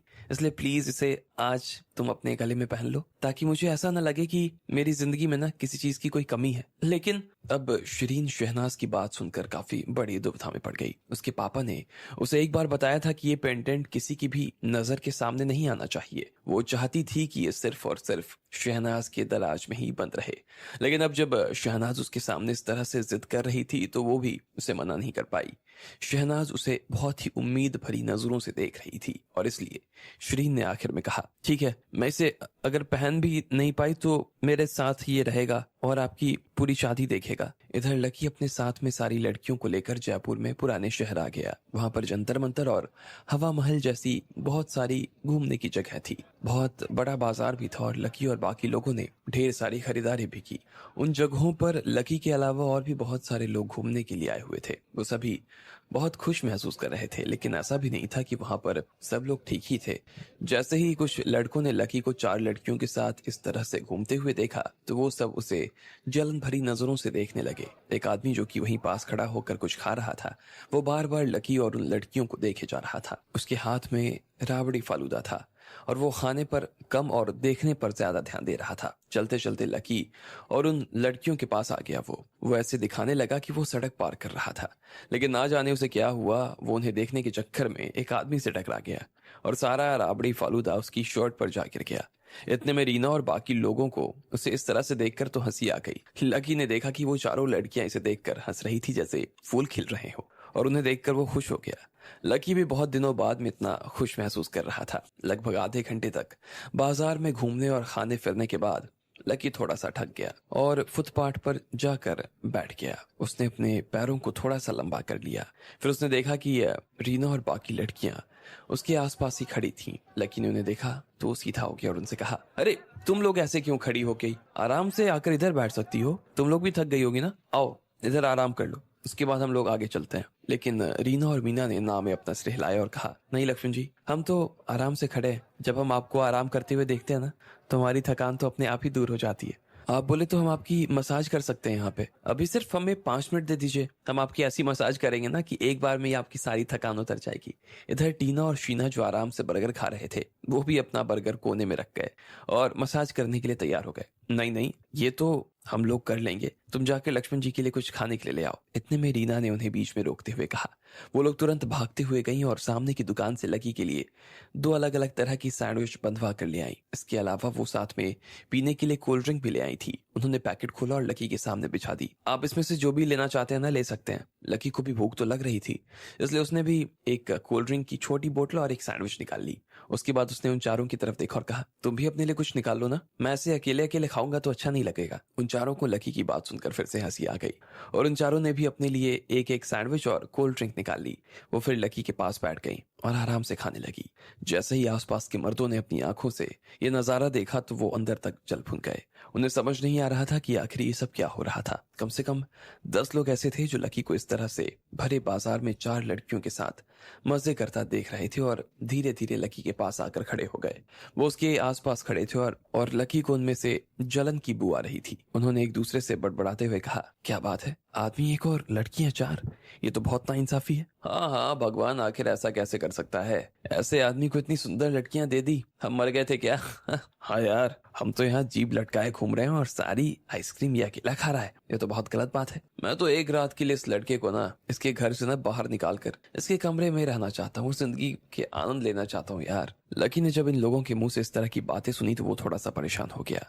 सुनने में उसे ये सब अच्छा नहीं लग रहा था। उसे उन लोगों की ये बातें चुभे जा रही थी, लेकिन इधर उन चारों लड़कियों को उनकी किसी भी बात का कोई फर्क नहीं पड़ रहा था। वो तो मजे से अपने अपने सैंडविचेस खा रही थी। उन्होंने सुना भी नहीं कि चारों वो क्या कह रहे थे। लकी को उन्हें ऐसे देखकर हंसी आ गई और उसने नाम में अपना सिर हिलाया और फिर सैंडविच खाने लगा। खाने के बाद लकी उन चारों के साथ बेंच पर उठा और फिर उन चारों लड़कियों को अपने साथ बाजार घुमाने के लिए लेकर निकल गया। वहां पर बहुत सारे और भी लोग घूम रहे थे। ऐसा भी नहीं था कि उन सब में सिर्फ लकी ही लड़कियों के साथ घूम रहा था, लेकिन फिर भी ना जाने क्यों सब लड़कियों की नजर सिर्फ और सिर्फ लकी के ऊपर ही टिकी हुई थी। सब लोग उसे ही देख रहे थे और गाड़ियों से ठुकते चले जा रहे थे। इतने में एक आदमी ने जोर से चिल्लाते हुए कहा, अरे हट जाओ, उधर से बना साहब की बारात आ रही है, हटो। लकी और बाकी लोगों ने भी उस दिशा में देखना शुरू कर दिया जिस दिशा में उस आदमी ने उंगली उठा रखी थी। उसने देखा कि ढेर सारी काले रंग की गाड़ियां सड़क पर चली आ रही थी। वो कतार में एक के पीछे एक चल रही थी और उसके बीच में एक चांदी की बग्घी आ रही थी। उसके ऊपर हीरे जड़े थे और बीच बीच में सोने का वर्क पड़ा हुआ था। उस पूरी बग्घी को बहुत महंगे फूलों से सजाया हुआ था। उसके आगे आगे एक और गाड़ी चल रही थी जिसके ऊपर सोने का पानी चढ़ा हुआ था। वो स्पोर्ट्स कार थी और उसमें ही विराज शहनाज को अपने साथ में लेकर जाने वाला था। उसकी छत खुली हुई थी। जैसे ही ये जुलूस लोगों के सामने आया तो सब लोगों ने अपना कैमरा निकाल लिया और फिर फोटो लेने लगे, वीडियो बनाने लगे। जब वो हुजूम गुजर रहा था तो लकी बाकी लड़कियों के साथ में दूर एक कोने पर खड़ा हुआ था और वो अपने सामने से गाड़ियों को गुजरते हुए देख रहा था। उसने कोशिश की कि वो उस गाड़ी में या उस बग्घी में झांक कर देख सके, लेकिन फिर भी वो उसे देख नहीं पा रहा था। बग्घी के आसपास गार्ड खड़े थे और उस गाड़ी के शीशे बंद थे। शाम का वक्त हो गया था और हल्की सी कम रोशनी होने की वजह से लकी उनमें से किसी को भी ठीक से तो देख नहीं पा रहा था। उसने विराज की एक झलक देख ली थी, लेकिन उसके साथ में कौन था वो उसे नहीं देख पा रहा था। सारी गाड़ियां बहुत तेजी से उनके सामने से निकल गई और हर कोई उसे देखता जा रहा था। इतने में वहां एक खड़ी लड़की ने चश्मा पहना था और वो चिल्लाते हुए बोली, विराज बना की गाड़ी पूरी सिटी में घूमते हुए ना उनकी कोठी पर जाएगी। रात को लगभग 11:30 बजे के आसपास वो लोग कोठी पहुंच जाएंगे और फिर 12 बजे से उनके फेरे शुरू हो जाएंगे। मैं तो जा रही हूँ उनके फेरे देखने के लिए, तुम लोग मेरे साथ आ रही हो क्या? जैसे ही इस लड़की ने अपनी बात खत्म की तो बहुत सारे लोग ये बात करने लगे। सब अपने अपने हिसाब से कुछ न कुछ तो कहे जा रहे थे। वो खुद भी विराज के फेरे देखना चाहते थे और इसलिए वो लोग उसके साथ निकल गए। वहां से देखते ही देखते आधी भीड़ तो खाली हो गई। इधर उन चारों लड़कियों को भी उस शादी को देखने का मन कर रहा था। हालांकि उन्होंने अपनी तरफ से तो नहीं कहा, पर फिर भी लकी उनके चेहरे देखकर समझ गया कि वो क्या कहना चाह रही थी। इसलिए लकी ने कहा, ठीक है, मैं समझ गया कि तुम सब क्या कहना चाह रही हो। अगर तुम भी शादी देखना चाहती हो तो चलो ठीक है, हम लोग चलते हैं। वैसे भी जिसकी शादी हो रही है ना वो मेरी एक दोस्त है। हालांकि उसने मुझे बुलाया नहीं है शादी में, लेकिन कोई बात नहीं, हम सिर्फ शादी देखेंगे और खाना नहीं खाएंगे। लकी की ये बात सुनकर उन लड़कियों को तो हंसी आ गई और उनमें से सबसे पहले रीना ने कहा, थैंक यू लक्ष्मण जी, वैसे भी हमने अपनी जिंदगी में कभी किसी राजकुमार को शादी करते हुए नहीं देखा।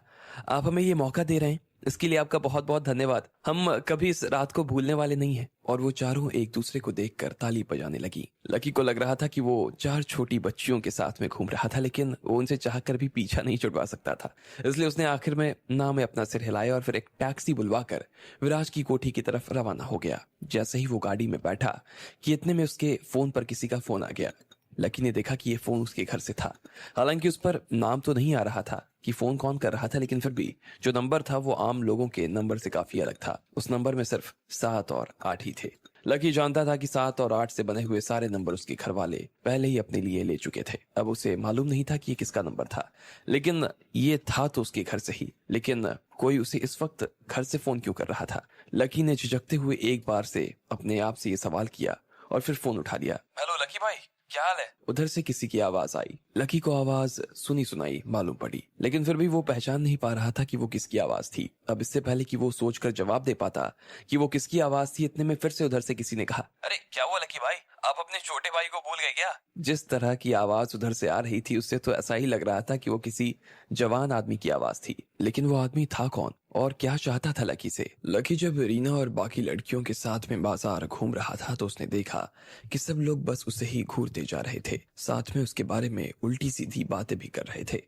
लकी को ये सब सुनने में अच्छा तो नहीं लग रहा था। इतने में उसने देखा कि वहां से विराज की बारात जा रही थी। सब लोग उसके फेरे देखना चाहते थे। वहां मौजूद लोगों में से भी किसी ने भी आज तक राजकुमार की शादी नहीं देखी थी और साथ ही रीना और बाकी लड़कियां भी उसकी शादी देखने के लिए बेताब हुए जा रही थी। ऐसे में लकी जब उन्हें अपने साथ में ले जाने वाला था कि इतने में उसका फोन बजने लगा। उधर से उसका छोटा भाई बोल रहा था। लकी ने जैसे ही उसकी आवाज पहचानी तो उसकी आंखों के सामने एक आदमी का चेहरा आ गया। उसे अचानक से याद आया कि ये तो उसका छोटा भाई प्रफुल्ल था। प्रफुल्ल का चेहरा उसकी आंखों के सामने आ गया था। प्रफुल्ल उसके चाचा का सबसे बड़ा लड़का था। बचपन से ही उनके परिवार में लकी से अगर कोई कम्पीट करता तो वो प्रफुल्ल ही था। वो लकी से हर एक मुकाबले में बाजी लगाता था, चाहे होमवर्क की बात हो, चाहे खेलकूद की बात हो, चाहे तेज दौड़ने की बात हो और चाहे वजन बढ़ाने या कम करने की बात। प्रफुल्ल हमेशा लकी से होड़ लगाता। उनके घर वाले भी हर चीज में लकी का कंपैरिजन प्रफुल्ल से ही किया करते थे। एक बार लकी के दादाजी शिवराज के सामने लकी को नीचा दिखाने के लिए वो उससे बॉक्सिंग करने के लिए उतर गया था, लेकिन लकी ने उसे सिर्फ 3 ही मुक्के में नीचे गिरा दिया। लकी को आज भी याद है कि जब वो सिर्फ 7 साल का था तो उसके पिताजी ने अपना व्यापार और अपना ऑफिस अपने पुराने शहर से उठा लिया और वो उठकर सूरत चले आए थे। वो वहां सिर्फ 1 ही साल के लिए रहे थे। तभी प्रफुल्ल और उसके परिवार से आखिरी बार मुलाकात हुई थी और उसके बाद से उन लोगों की आपस में कोई मुलाकात नहीं हुई और ना ही कोई बात। ऐसे में जब आज लकी ने अपने फोन पर उसका फोन देखा तो वो हैरान हो गया। उसे ऐसा लग रहा था कि उससे चक्कर आ गए और वो झोंका खा गया। उसे फिर से वो दिन याद आ गया जब वो झूला झूल रहा था और वो नीचे जमीन पर गिर गया। वो इतना जोर से गिरा कि उसका सिर फूट गया था। वो खड़ा हुआ और उसने देखा कि उसके पीछे प्रफुल्ल अपने दोनों हाथ बांध कर खड़ा था और मुस्कुरा रहा था। उसके चेहरे पर एक गर्व भरी मुस्कान साफ नजर आ रही थी। उसने ही लकी को पीछे से धक्का दिया था और इस वजह से लकी नीचे गिर गया। लकी को इस बात पर बहुत गुस्सा आया और वो लड़ने के लिए प्रफुल्ल की तरफ भागने लगा। लेकिन जैसे ही उनके बीच में लड़ाई शुरू हुई उससे पहले प्रफुल्ल ने कहा, लकी तुम 1 नंबर के कीड़े हो, गंदी नाली के गंदे और बदबूदार कीड़े। अगर अभी मैंने तुम्हें मारा ना तो तुम्हें कोई बचाने नहीं आएगा। पूरे घर में तुम्हारी माँ के अलावा तुमसे और कोई प्यार नहीं करता, तुम्हें कोई पसंद नहीं करता और देखना जब तुम बड़े हो जाओगे ना तो तुम्हें कचरे के भाव बेच देंगे। लकी को यह बात सुनकर और ज्यादा गुस्सा आ गया। उसे ऐसा लग रहा था जैसे उसके तन बदन में आग लग गई। अचानक से उसे ऐसा लगा जैसे उसके अंदर ताकत और बढ़ गई। उसने अपना हाथ उठाया और प्रफुल्ल के दोनों गालों को लाल करना शुरू कर दिया। आखिर में लकी ने उसे मार मार कर उसकी हालत खराब कर दी। उसके चेहरे पर और बाकी जगहों पर मार की वजह से नील के निशान पड़ गए और नाक से खून आने लगा। इसके बाद जब ये सारी खबर उसके चाचा और उसके दादाजी के पास गई तो उन्होंने लकी को 1 दिन की सजा दे दी। उसका 3 दिन का खाना बंद कर दिया गया। अब कुछ साल पहले ही लकी के दादाजी ने इस अवर्टी ट्रेनिंग को शुरू किया था, जिसकी वजह से लकी को दिल्ली आना पड़ा था और वो गरीबों की तरह अपनी जिंदगी गुजार रहा था। लेकिन ऐसा नहीं था कि सिर्फ लकी ही इस ट्रेनिंग में हिस्सा लिया हुआ था। लकी के साथ साथ प्रफुल्ल ने भी इसमें भाग लिया था और इसलिए उसे भी परिवार का उत्तराधिकारी बनाने के लिए ट्रेनिंग पर भेजा गया। लगभग 7 साल से भी ज्यादा वक्त से लकी उस आदमी से बात नहीं कर पाया था और एक बार के लिए तो वो उस आदमी के बारे में भूल ही गया था। लेकिन जैसे ही उसने आज फिर से उसका नाम सुना तो वो जिस तरह से बात कर रहा था उसे सुनकर ऐसा लग रहा था कि वो लकी को उकसाने की कोशिश कर रहा था। लकी का गुस्सा भी उसके शब्द की वजह से बढ़ गया। लकी को थोड़ी सी चिढ़ हुई और उसने बहुत ही ठंडे सुर में कहा, तुमने मुझे इतने सालों बाद आज फोन क्यों किया? मुझसे कोई काम है क्या? हाँ काम तो है, लेकिन क्या काम है ये मैं तुम्हें सिर्फ फोन पर बता सकता हूँ। तुम्हें उसके लिए पहले जेमिनी होटल पर आना पड़ेगा। मैं यहाँ कमरा नंबर 101 में इंतजार कर रहा हूँ। जल्दी से यहाँ पर आ जाओ। मैं तुम्हें अपने मतलब से नहीं बुला रहा, मुझे दादाजी ने तुम्हें बुलाने के लिए कहा है, इसलिए मैं तुम्हें फोन लगा रहा हूँ, प्रफुल्ल ने कहा और फिर फोन काट दिया। लकी को समझ नहीं आ रहा था कि आखिर उसके दादाजी ने उसे क्यों बुलाया था। लकी का दिमाग अपने आप में उलझ गया। अगर प्रफुल्ल ने उसे फोन लगाया होता और उसे बुलाता तो वो कभी नहीं जाता, लेकिन अब जब उसके दादाजी ने उसे बुलाया था तो वो मना नहीं कर सकता था। दादाजी ने उसे बुलाया था तो इसका मतलब था कि कोई बड़ी बात थी। लक्ष्मण जी आप ठीक तो है ना? रीना ने उसे बड़े प्यार से पूछा। हाँ हाँ मैं ठीक हूँ, कोई परेशानी वाली बात नहीं है। असल में कुछ और भी काम है, मेरे परिवार से ना जुड़े कुछ मसले हैं और उसके लिए मुझे जेमिनी होटल जाना पड़ेगा। लेकिन तुम लोग आराम से जाकर विराज की शादी देख सकती हो। जैसे ही मेरा काम पूरा हो जाएगा मैं वापस आ जाऊंगा। नहीं नहीं, हम लोग भी आपके साथ चलेंगे, इधर से रीना ने कहा और बाकी लड़कियों ने भी हाँ में अपना सिर हिला दिया। इससे पहले कि लकी इस बारे में और कुछ कह पाता, इतने में रीना ने तो उनकी टैक्सी ही रुकवा दी। लकी ने उन्हें देखा और फिर मुस्कुराते हुए बोला, अरे इसमें तुम्हें परेशान होने की जरूरत नहीं है। देखो ये मेरे घर से जुड़ा हुआ मसला है और इसमें तुम्हें आने की ना सच में कोई जरूरत नहीं है। रीना और बाकी लड़कियां उसे देख रही थी। जिस तरह से लकी उन्हें देख रहा था उसे साफ समझ आ रहा था कि वो उन्हें अपने साथ में लेकर नहीं जाना चाह रहा था। रीना भी इस बात को समझ गई थी और वो चुप हो गई। तो लक्ष्मण जी, अब जब आपका काम खत्म हो जाएगा तो क्या आप हमसे मिलने के लिए विराज के घर पर आएंगे? रीना ने फिर से लकी से पूछा। लकी ने हाँ में सिर हिला दिया। उसके बाद लकी टैक्सी से उतरा और उन्हें रवाना कर दिया और उसके बाद अपने लिए एक दूसरी टैक्सी मंगवा ली और सीधा जेमिनी होटल जाने के लिए रवाना हो गया। थोड़े दिन पहले ही अभी तो लकी जेमिनी होटल में सबकी नजर में आया था। राजा ने उसे अपने हाथों से मेडल पहनाया था और ये उसके लिए बहुत ही बड़ी बात थी। फिर जब वो बाहर भी आया तो राजा के साथ ही आया था और बैठा भी था तो राजा की गाड़ी में। मुख्यमंत्री गवर्नर भी इतना बड़ा कद नहीं रखते थे जितना बड़ा कद लकी का हो गया था। वो सच में बहुत बड़ा आदमी हो गया था। उस दिन लकी के साथ में उस होटल में क्या हुआ था ये चीज वहां के सब लोगों ने देखी और उसे देखकर वो लोग खुश भी हो गए थे। अब ऐसे में आज जब लकी जेमिनी होटल के बाहर आकर खड़ा हुआ तो किसी ने भी इतनी हिम्मत नहीं की कि वो उसे अंदर आने से रोक सके। उन्होंने बिना लकी के कपड़े को देखे ही उसके लिए दरवाजा खोल दिया। इधर लॉबी में भी सब लोग लकी को बहुत सम्मान की नजरों से देख रहे थे और उसे देखकर मुस्कुरा भी रहे थे। उनमें से किसी की भी इतनी हिम्मत नहीं थी कि वो लकी को हीन भावना या घिन भरी नजरों से देखे। सब लोग उससे इतने अच्छे से पेश आ रहे थे और ऐसे में लकी को अजीब सा महसूस हो रहा था। इतने में लकी को लेने के लिए खुद होटल का मैनेजर आ गया और वो उसे सीधा कमरा नंबर 101 में ले गया। लकी ने दरवाजा खोला और उस कमरे के अंदर चला गया। वो कमरा काफी बड़ा था और उसमें न सिर्फ सोने की बल्कि खाने पीने की भी व्यवस्था थी। वहां पर एक बड़ी सी टेबल लगी हुई थी और उस पर एक से एक पकवान बने हुए थे। वहां पर एक जवान आदमी बैठा हुआ था। उसने काले रंग का जैकेट पहन रखा था और वो चम्मच से खाना खा रहा था। उसके चेहरे को देखकर ऐसा लग रहा था जैसे वो बहुत मजे से खाना खा रहा था। उसके चेहरे पर सुकून साफ नजर आ रहा था। उसकी भौहें बिल्कुल लकी की भौहें जैसी हो रखी थी। लकी ने देखा कि वो तो प्रफुल्ल ही था। उधर प्रफुल्ल के पीछे एक 60-65 साल का आदमी भी खड़ा हुआ था। लकी ने उसे भी पहचान लिया। उसे परिवार में सब प्रभु लाल के नाम से जानते थे और वो भी परिवार में मुनीम का काम करता था, लेकिन वो धीरे धीरे वहां का सेक्रेटरी हो गया। इधर लकी को दिल्ली में जब भी कोई परेशानी होती तो वो सीधा काशीनाथ जी को फोन लगाता। अब जैसा कद काशीनाथ जी का था वैसा ही कद प्रभुलाल का भी। वो प्रफुल्ल की सारी प्रॉब्लम से निपटने में उसकी मदद करता। प्रफुल्ल ने ऊपर की तरफ देखा और उसकी नजर लकी से जा मिली। उसने मुस्कुराते हुए देखा और कहा, हेलो लकी, क्या बात है, बड़े सालों बाद ही सही लेकिन आखिर हम मिल ही गए। जब लकी ने देखा कि प्रफुल्ल ने बहुत महंगे कपड़े पहने हुए थे और उसके पास इस तरह के लोग खड़े थे तो लकी ने इस बात का अंदाजा लगाया कि उसने अपनी परीक्षा पास कर ली थी और अब वो फिर से परिवार के कामों में शामिल हो गया। फिर लकी ने भी उससे कहा, हेलो, वैसे दादाजी ने मुझे यहाँ आने के लिए क्यों कहा, क्या बात हो गई? प्रफुल्ल ने उसकी बातें सुनकर अपनी चम्मच नीचे रखी और फिर उसकी तरफ देखकर मुस्कुराने लगा। क्या बात है, तुम इतनी चिंता में क्यों दिखाई दे रहे हो? हम दोनों ने एक दूसरे को 7 साल से देखा नहीं है। अब ऐसे में तुम क्या मेरे साथ खाना भी नहीं खाओगे? चलो सबसे पहले तो हम अपनी अपनी पोवर्टी ट्रेनिंग के बारे में बात करते हैं और देखते हैं कि मेरे दादाजी ने हम दोनों में से किसके ऊपर सबसे ज्यादा अत्याचार किए।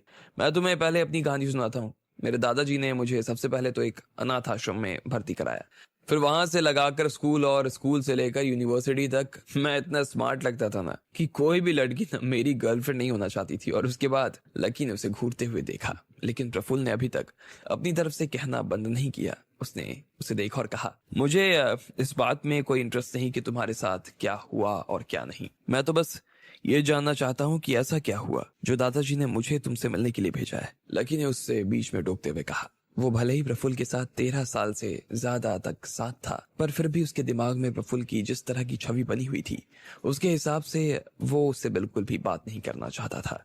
लकी की नजर में प्रफुल्ल हिंदी सिनेमाओं के विलन से कम नहीं था, जो अपना काम निकालने के लिए किसी भी हद तक जा सकता था। वो नीचे से नीचे गिरने में कोई कसर नहीं छोड़ता था। अरे मेरे भाई, मैं तुमसे इतना प्यार से बात कर रहा हूँ और तुम हो कि मेरे ऊपर चढ़े जा रहे हो। वैसे मुझे भी तुम्हारी कोई परवाह नहीं थी, ये तो मुझे दादाजी ने कहा, इसलिए मैं तुम्हारे पास आया हूँ। लेकिन उससे पहले मैं तुम्हें एक बात बता देना चाहता हूँ कि तुम बिल्कुल वैसे के वैसे ही हो, बिल्कुल नहीं बदले। लकी चुपचाप बस उसकी आंखों में देख रहा था। लकी बाकी लड़कियों के साथ में विराज और शिरीन की शादी देखने के लिए निकल पड़ा, लेकिन बीच में ही उसे उसके भाई प्रफुल्ल का फोन आ गया। वो आज बहुत सालों बाद उससे बात कर रहा था। लकी से उसने कहा कि उसे दादाजी बुला रहे थे। लकी उससे मिलने जैमिनी होटल पहुंच गया। प्रफुल्ल उससे इधर उधर की बातें करने के बारे में सोच रहा था, लेकिन लकी सीधा मुद्दे पर आ गया। ये सुनकर प्रफुल्ल को थोड़ा सा बुरा लग रहा था और उसने कहा, दादाजी ने मुझे यहाँ पर परिवार ने जो तुम्हारे ऊपर बैन लगाया हुआ है ना, उसकी के लिए भेजा है। ये सुनते ही लकी के चेहरे पर हल्की सी चमक आ गई। वो अब थोड़ा सा खुश भी नजर आ रहा था और उसने सोचा कि कहीं उसके ऊपर उसे उसका बैन हटने वाला तो नहीं है। ठीक इसी वक्त फिर से दरवाजा खुला और कमरे में 2 लोग आकर दाखिल हो गए। उसमें से एक आदमी की उम्र 40 के आसपास थी। उसने हल्के नीले रंग का सूट पहन रखा था और वो काफी अच्छा दिखाई दे रहा था। जो दूसरा आदमी उसके पास खड़ा था, वो एक बड़ा सा आदमी था। उसकी उम्र थोड़ी सी ज्यादा थी और दिखने में भी ज्यादा लंबा चौड़ा था। ये दोनों ही और कोई नहीं बल्कि रुस्तम डांगी और वसीम थे। अरे रुस्तम जी, वसीम, तुम लोग यहाँ क्या कर रहे हो? लकी ने कहा। वो विश्वास ही नहीं कर पा रहा था कि ये दोनों उसके सामने खड़े थे। Hello lucky sir. जैसे ही उन दोनों ने लकी को देखा तो वो भी काफी खुश हो गए। आज काफी दिनों बाद वो लोग लकी को देख रहे थे, लेकिन अचानक से लकी को कुर्सी के खिसकने की आवाज आई। उसने उस आवाज के ऊपर ज्यादा ध्यान नहीं दिया और बस उसे ही देखता रहा। अचानक से फिर उसे 3 तमाचों की आवाज आई। लकी ने देखा कि वसीम और रुस्तम के गाल पर तमाचे पड़े थे। प्रफुल्ल उनके सामने खड़ा था और गुस्से से उन लोगों को देख रहा था। प्रफुल्ल ने ही अभी दोनों के गालों पे तमाचे लगाए थे। ये तुम क्या कर रहे हो? लकी ने कहा। वो खुद भी पलटकर प्रफुल्ल के गाल पर तमाचा लगाना चाह रहा था, लेकिन रुस्तम और वसीम ने उसे रोक लिया। वो अपने आप को छुड़वाने की कोशिश किए जा रहा था, लेकिन फिर भी वो लोग उसे छोड़ने का नाम नहीं ले रहे थे। वो नहीं चाहते थे कि उन दोनों की वजह से परिवार के 2 भाई आपस में लड़ाई करें। और साथ ही परिवार वालों ने भी अभी लकी के ऊपर से बैन हटाया नहीं था। अभी भी उसके ऊपर जो बैन था लगा हुआ था। अब ऐसे में लकी उनके ऊपर हाथ उठाता तो ये उसके लिए काफी खतरनाक साबित हो सकता था। प्रफुल्ल ने गुस्से में वसीम और रुस्तम जी की तरफ देखा और बोला, मैंने तुम लोगों से कहा था ना कि तुम लोग 9 बजे तक आ जाना, लेकिन तुम लोग चले चले अब आ रहे हो। तुम मेरी बात को सीरियसली नहीं लेते क्या? तुम्हें इतनी भी समझ नहीं है कि जब बुलाया जाए तब आना चाहिए? इसके अलावा लकी के ऊपर से अभी तक उसका बैन हटाया नहीं है। ऐसे में तुम्हारी उसे सर बुलाने की हिम्मत कैसे हुई? रुस्तम ने जैसे ही उसकी बात सुनी तो उसने अपना सिर नीचे झुका लिया। फिर उसने उसी तरह से फर्श को देखते हुए कहा, मुझे माफ कर देना सर, लेकिन आज सड़क पर कुछ हो गया था, इसलिए हमें आने में देरी हो गई सर। आप थोड़ा शांत हो जाइए। हमारा मकसद किसी भी तरह की आपकी बेइज्जती करने का या फिर आपको नीचा दिखाने का नहीं था सर। फिर से रुस्तम के गाल पर एक और तमाचा पड़ा। उसने उसके गाल को लाल कर दिया और कहा, अब तुम ना बहाने दे रहे हो, बहाने दे रहे हो। अब तुम्हारे कहने का मतलब क्या है कि अभी जो मैंने तुम्हें थप्पड़ लगाए वो गलत लगाए? मैंने जो तुम्हारे साथ किया है वो गलत किया है? नहीं सर, मैं ऐसा कुछ नहीं कह रहा, ना मैं सोच रहा हूँ ऐसा। रुस्तम ने अपना सिर नीचे ही रखते हुए कहा। वो इस बारे में और क्या कह सकता था? वो जो कह रहा था सच था, लेकिन प्रफुल्ल तो मानने को राजी ही नहीं था। रुस्तम डांगी, तुम यहाँ दिल्ली और नॉर्थ के इंचार्ज हो ना, लेकिन तुम्हें पता है लकी और उसके परिवार के लिए तुम सिर्फ एक कुत्ते हो। तुम्हारी अपनी कोई पहचान नहीं है, लेकिन तुम्हें खुद अपनी पहचान के बारे में समझना चाहिए। तुम्हें अपनी पहचान को पहचानना चाहिए। इतने में फिर से एक और तमाचा लगने की आवाज आई। इस बार उसने वसीम के गाल को लाल कर दिया। उसने उसके गाल पर उल्टे हाथ से तमाचा लगाया था और फिर हंसते हुए बोला, रुस्तम जी को जब 2 तमाचे लग चुके थे और तुम्हें सिर्फ एक ही लगे तो ऐसा कैसे हो सकता था? इसलिए मैंने तुम्हें भी ये चांटा लगाया। अब मुझे इसके लिए थैंक यू मत बोलना। वसीम को अंदर से बहुत गुस्सा आ रहा था, चाहे उससे कोई गलती हुई हो या फिर ना हुई हो, लेकिन फिर भी कोई उसे तमाचा लगाकर उसकी गलती का उसे एहसास नहीं करवा सकता था। वो किसी स्कूल में पढ़ता हुआ बच्चा नहीं था, दिल्ली में उसका एक तरफा नाम चलता था, लेकिन यहाँ प्रफुल्ल उसे अपने नौकर की तरह हाँक रहा था। फिर भी वसीम ने ये जहर का घूंट पी लिया और अपना सिर नीचे रखते हुए बोला, शुक्रिया सर, शुक्रिया। इधर वसीम और रुस्तम ने लकी को इसलिए पकड़ा हुआ था क्योंकि वो उसका गुस्सा जानते थे, लेकिन लकी को अब उसका इस तरह से पकड़ा जाना बर्दाश्त नहीं हो रहा था। वो किसी भी हाल में प्रफुल्ल के इस तरह के बर्ताव को और अपने दो सबसे पसंदीदा लोगों के साथ में बर्दाश्त नहीं कर सकता था। उसने रुस्तम और वसीम के हाथ से अपना हाथ छुड़ाया और फिर प्रफुल्ल की कॉलर पकड़ते हुए कहा, रुस्तम जी और वसीम भाई परिवार के बहुत बड़े आदमी हैं। वो हमारी कंपनी में काम जरूर करते हैं, लेकिन उनका रैंक बहुत ऊंचा है, इसलिए इन लोगों के साथ में इस तरह की हरकत करने की तुम्हारी हिम्मत कैसे हुई। इसके बाद तमाचों की जैसे बारिश शुरू हो चुकी थी। लकी ने अपना सीधा हाथ उठाया और उसके गाल पर कम से कम 10 तमाचे जड़ दिए। उसके अंदर बहुत ताकत थी और उससे भी ज्यादा गुस्सा। उसकी सासू माँ और जीजी विशा की ताकत भी उसके अंदर घुसी हुई थी और ऐसे में उसका हाथ और ज्यादा मजबूत हो गया। इतने चांटे खाने के बाद में प्रफुल्ल की हालत खराब हो गई थी। उसे ऐसा लग रहा था जैसे वो बेहोश होने वाला था और इसी वजह से वो नीचे जमीन पर जा गिरा। तुरंत उस आदमी ने उसकी मदद की जो उसके पीछे खड़ा था। उसके गाल बिल्कुल लाल और एकदम गर्म हो चुके थे। उसकी आंखें भी लाल हो गई। उसने अपनी आंखें बंद कर रखी थी और वो गहरी गहरी सांसें लिए जा रहा था। बड़ी मुश्किल से ही सही, लेकिन अपने आप को उठाने की वो कोशिश कर रहा था। लकी भाई, इन दो कुत्तों की वजह से तुम अपने भाई पर, अपने परिवार के सदस्य के ऊपर हाथ उठा रहे हो। हिम्मत कैसे हुई? ये तो तुमने अच्छा नहीं किया भाई। प्रफुल्ल ने लकी के ऊपर उंगली उठाई और फिर उसे देखने लगा। लकी ने भी ठंडी सी आवाज में कहा, जब मैं दिल्ली में रह रहा था ना, तो मेरा ध्यान रखने के लिए परिवार नहीं आया। कितनी बार ऐसी नौबत आ गई कि मैं मर सकता था, लेकिन तब मुझे बचाने वाले और मेरा ध्यान रखने वाले ना रुस्तम जी और वसीम थे। एक बार तो वसीम ने मेरी जान बचाने के लिए अपनी जान को दांव पर लगा दिया। मेरे लिए ना, मेरे दिल में वो तुमसे ज्यादा जरूरी है और मैं उनकी बहुत इज्जत करता हूँ। जैसे ही लकी ने इतना पर कहा तो उसकी बात सुनकर रुस्तम और वसीम के तो दिल ही भर आए। वो उसकी बात सुनकर काफी खुश महसूस कर रहे थे। अच्छा, तुम्हारे मुंह से ऐसी बात सुनकर ना काफी अच्छा लग रहा है, प्रफुल्ल ने मुस्कुराते हुए कहा। लकी को फिर से उसकी इस तरह की मुस्कान की वजह से गुस्सा आ रहा था और उसने उससे कहा, अगर तुम आगे मार नहीं खाना चाहते हो ना, तो अपना मुंह बंद रखो, वरना मैं तुम्हें 10 और चांटे लगाऊंगा। फिर देखता हूं कि इसके बाद तुम उसी तरह से मुस्कुराते हो या नहीं मुस्कुराते हो। प्रफुल्ल को लकी की धमकी से कोई डर नहीं लग रहा था, लेकिन उसने उसे गुस्से में देखा और कहा, मैं क्या गलत कह रहा हूँ? वो लड़का जो अपनी गर्लफ्रेंड को नहीं बचा पाया, वो अपने स्टाफ के लोगों को बचाने की कोशिश कर रहा है। तुम्हें ऐसा नहीं लगता कि तुमसे बड़ा कोई दोगला आदमी नहीं है? मैं तो चलो जो हूँ वो मुंह पर हूँ, लेकिन तुम तो।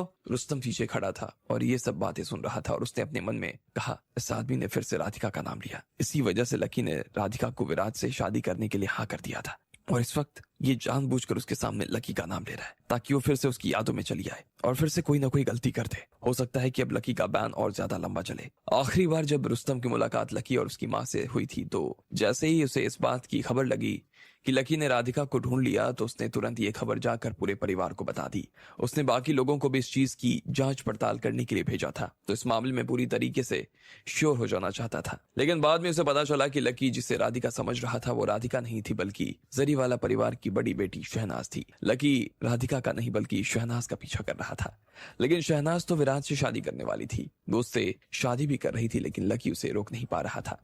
जो हो रहा था वो उसे होने दे रहा था। ऐसे में रुस्तम को लग रहा था कि लकी ने अपनी जिद छोड़ दी और अब वो इस मामले में आगे कुछ नहीं करना चाह रहा था। अभी कल ही रुस्तम को इस बारे में खबर मिली कि प्रफुल्ल लकी के लिए जयपुर में ऊपर से कोई खबर लेकर आया था। रुस्तम को ऐसा लगा कि अब जब लकी शहनाज से शादी करने के बारे में सोच नहीं रहा था, तो शायद उसने भी अपनी जिद छोड़ दी और जिस जिद की वजह से उसके ऊपर परिवार ने बैन लगाया हुआ था, शायद उस जिद के चले जाने के बाद में वो उस बैन को हटाने के बारे में सोच रहे थे। अब अगर ऐसे में प्रफुल्ल फिर से राधिका के नाम का इस्तेमाल करता, तो शायद लकी के मन में उसके लिए फिर से कुछ जाग भी सकता था। हो सकता था कि वो फिर से उससे पाने की जिद को पकड़ कर बैठ जाए। वो फिर से लकी के मन में राधिका के लिए प्यार को जगाना चाह रहा था और चाह रहा था कि लकी फिर से उसके पीछे भागना शुरू कर दे, ताकि घर वाले उसके ऊपर से बैन हटाए ही ना। रुस्तम ने दिल ही दिल में अपने आप से कहा, प्रफुल्ल की बातों में आकर लकी सर को बेवकूफ नहीं बनना चाहिए, उन्हें इसकी बात नहीं सुननी चाहिए। उसे दिल ही दिल में इस बात की चिंता हो रही थी। तुम्हें मेरी जिंदगी और उसमें क्या चल रहा है ना, उसकी चिंता करने की जरूरत नहीं है, लकी ने कहा। मैं तुम्हारी चिंता भी नहीं कर रहा हूँ, मुझे इतनी फुर्सत नहीं है कि मैं तुम्हारी चिंता करूं,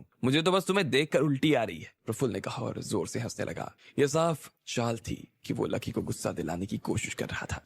ऐसे में वो हंसने लगा और बोला, एक बेचारी प्यारी सी लड़की जो एक छोटे से गांव से आती थी, उसने तुम्हें अपना सब कुछ दे दिया। क्यों? क्योंकि तुमने सिर्फ उसकी जान बचाई थी। तुम्हें याद है कि एक बार वो तुम्हारे लिए पैसे ना होते हुए भी ना फ्रूट्स लेकर आई थी। कितनी ही बार उसने लोगों से तुम्हारे नाम पर ताने सुने। उसे तो ये भी लग रहा था कि तुम्हारे साथ कुछ गलत ना हो जाए, इसलिए वो तुमसे दूर भी हो गई। इसके अलावा तुम्हारे ऊपर जो 20 लाख रुपए चोरी होने का इल्जाम लगा था, उसकी भरपाई करने के लिए उसने खुद ढाबे पर जाकर काम करना शुरू कर दिया। वो तुम्हारे लिए वो सारा पैसा जमा कर रही थी, प्रफुल्ल ने कहा। और वो उसके और राधिका के बारे में सारी जानकारी निकालने के लिए दिल्ली भी गया था, ताकि वो बाद में उसे उकसा सके। आज वो लकी के मन में राधिका के लिए गिल्ट को उकसाने की पूरी कोशिश कर रहा था। लकी और प्रफुल्ल के बीच में बातें चल रही थी। इतने में कमरे में रुस्तम डांगी और वसीम भी आ पहुंचे। वो दोनों लकी को, और लकी उन्हें देखकर काफी खुश हो रहा था, लेकिन इतने में प्रफुल्ल ने उनके गाल पर तमाचे लगा दिए। लकी से ये सहा नहीं किया और उसने उल्टा प्रफुल्ल के गालों को लाल कर दिया। लेकिन प्रफुल्ल को गुस्सा नहीं आ रहा था, वो चालाकी से काम ले रहा था और उसने लकी को राधिका के नाम से उकसाना शुरू कर दिया, ताकि परिवार ने उसके ऊपर जो बैन लगाया हुआ था वो हटे ही नहीं। जैसे ही लकी ने उसके और राधिका के बारे में फिर से सुना और उसने उन दोनों के बीच में जो कुछ हुआ था उसे सुना, तो उसकी आंखों में हल्की सी तरी आ गई। उसने गुस्से में प्रफुल्ल को देखा और कहा, तुम्हें मेरे और उसके बारे में बात करने की ना तो कोई जरूरत है और ना ही कोई अधिकार। अच्छा, प्रफुल्ल ने कहा। वो समझ गया था कि अब लकी को गुस्सा आने लगा था। प्रफुल्ल इसी मौके को भुनाना चाह रहा था और उसने कहा, भले ही उसे किसी ने होटल में ले जाकर जबरदस्ती करने की कोशिश की थी, लेकिन फिर भी उसने सिर्फ तुम्हारे लिए उससे अपने आप को बचाया। वो मुंबई पार्टिसिपेट करने के लिए गई तो अकेली गई। सब लड़कियां अपने अपने बॉयफ्रेंड के साथ आई थी, लेकिन वो बेचारी अकेले आई थी। कितना अकेला महसूस कर रही होगी वो वहां पर। और तुम उस टाइम पर क्या कर रहे थे? दूसरे लोगों के साथ में बैठकर दारू पी रहे थे, नाच गा रहे थे। वो बेचारी वहां पर उदास हो रही थी और तुम थे कि खुशियां मना रहे थे। लकी, तुम मुझे ना एक बात बताओ। मैं तुमसे ये पूछना चाहता हूँ कि जिस लड़की से तुम इतना प्यार करते हो, अगर उसके साथ में ऐसा व्यवहार करते हो, तो फिर तुम अपने परिवार और उसके लिए काम करने वाले लोगों के प्रति कैसे वफादार हो सकते हो? मुझे तो लगता है कि तुम वफादार होने का ना सिर्फ ढोंग करते हो, नाटक करते हो, दिखावा कर रहे हो। अगर ये दिखावा नहीं है तो और क्या है? लकी प्रफुल्ल की बातों को सुनकर जैसे सदमे में आ गया। उसकी बातों से उसे बहुत बड़ा झटका लगा। उसे राधिका के साथ में बिताए हुए वो सारे दिन याद आ रहे थे और उन्हें याद करते हुए उसके दिल में दर्द होना शुरू हो गया। उसे ये सब बहुत अजीब लग रहा था और उसके बर्दाश्त से बाहर होते जा रहा था। इधर प्रफुल्ल ने जैसे ही देखा कि उसका प्लान काम कर रहा था, तो वो मन ही मन हंसने लगा और बोला, लकी, क्या तुम इस बात को मानते हो कि तुम एक दोगले इंसान हो? क्या तुम कहते हो कि तुमसे बड़ा दोगला तुमने खुद भी नहीं देखा? मैं कोई दोगला नहीं हूं, मैं उससे प्यार करता हूं, मैं उससे बहुत प्यार करता हूं। मैंने उसके साथ जो भी गलत किया ना, मैं उसकी माफी उससे मांग लूंगा। मैं हर चीज की भरपाई कर दूंगा जो भी मैंने उसके साथ किया है। लकी ने कहा, अच्छा, भरपाई कर दोगे? अच्छी बात है भाई, प्रफुल्ल ने कहा। वो बिल्कुल ठंडी आंखों से उसकी तरफ देखे जा रहा था। धीरे धीरे उसकी आंखों को देखकर ऐसा लग रहा था जैसे वो बाज हो गया था। और उसने बाज की तरह उससे कहा, वैसे तुम अभी किसके साथ में बेईमानी कर रहे हो? एक तरफ तो तुम कह रहे हो कि तुम सारी भरपाई कर दोगे, लेकिन भरपाई भाई करोगे कैसे? आज तो उसकी शादी हो रही है। कहीं ऐसा तो नहीं कि उसकी शादी करवा कर ही तुमने अपनी भरपाई कर दी? या फिर तुम बाग या आशिक की तरह भागते हुए उसके मंडप तक जाओगे, उसे वहां से उठा लाओगे और भगा लाओगे? ऐसे अग्रवाल परिवार का लड़का किसी की शादी तोड़ता हुआ अच्छा लगेगा? ये सब तुम क्या कह रहे हो? किसकी शादी की बात कर रहे हो? लकी उसकी बात सुनकर जैसे लड़खड़ा गया। उसे समझ नहीं आ रहा था कि प्रफुल्ल ये सब क्या कह रहा था। उसने उसकी तरफ देखा और कसी हुई बाहों से उससे पूछा। प्रफुल्ल को उसके सवाल पर हंसी आ गई। वो हंसते हुए उसकी तरफ देख रहा था। उसने हंसते हुए ताली भी बजानी शुरू कर दी और कहा, क्या यार लकी, तुम ऐसे क्यों दिखा रहे हो जैसे तुम्हें कुछ पता ही नहीं है? किसे बेवकूफ बनाने की कोशिश कर रहे हो भाई, खुद को या मुझे? क्या तुम्हें पता नहीं है कि आज विराज की शादी है शहनाज के साथ? प्रफुल्ल ने कहा, क्या पागल हो गए हो क्या? ये सब क्या बकवास कर रहे हो? विराज की शादी शहनाज से नहीं, शिरीन से है, लकी ने कहा। इतने में प्रफुल्ल की आंखों में शक की एक झलक दिखाई थी और उसके बाद वो फिर से हंसते हुए बोला,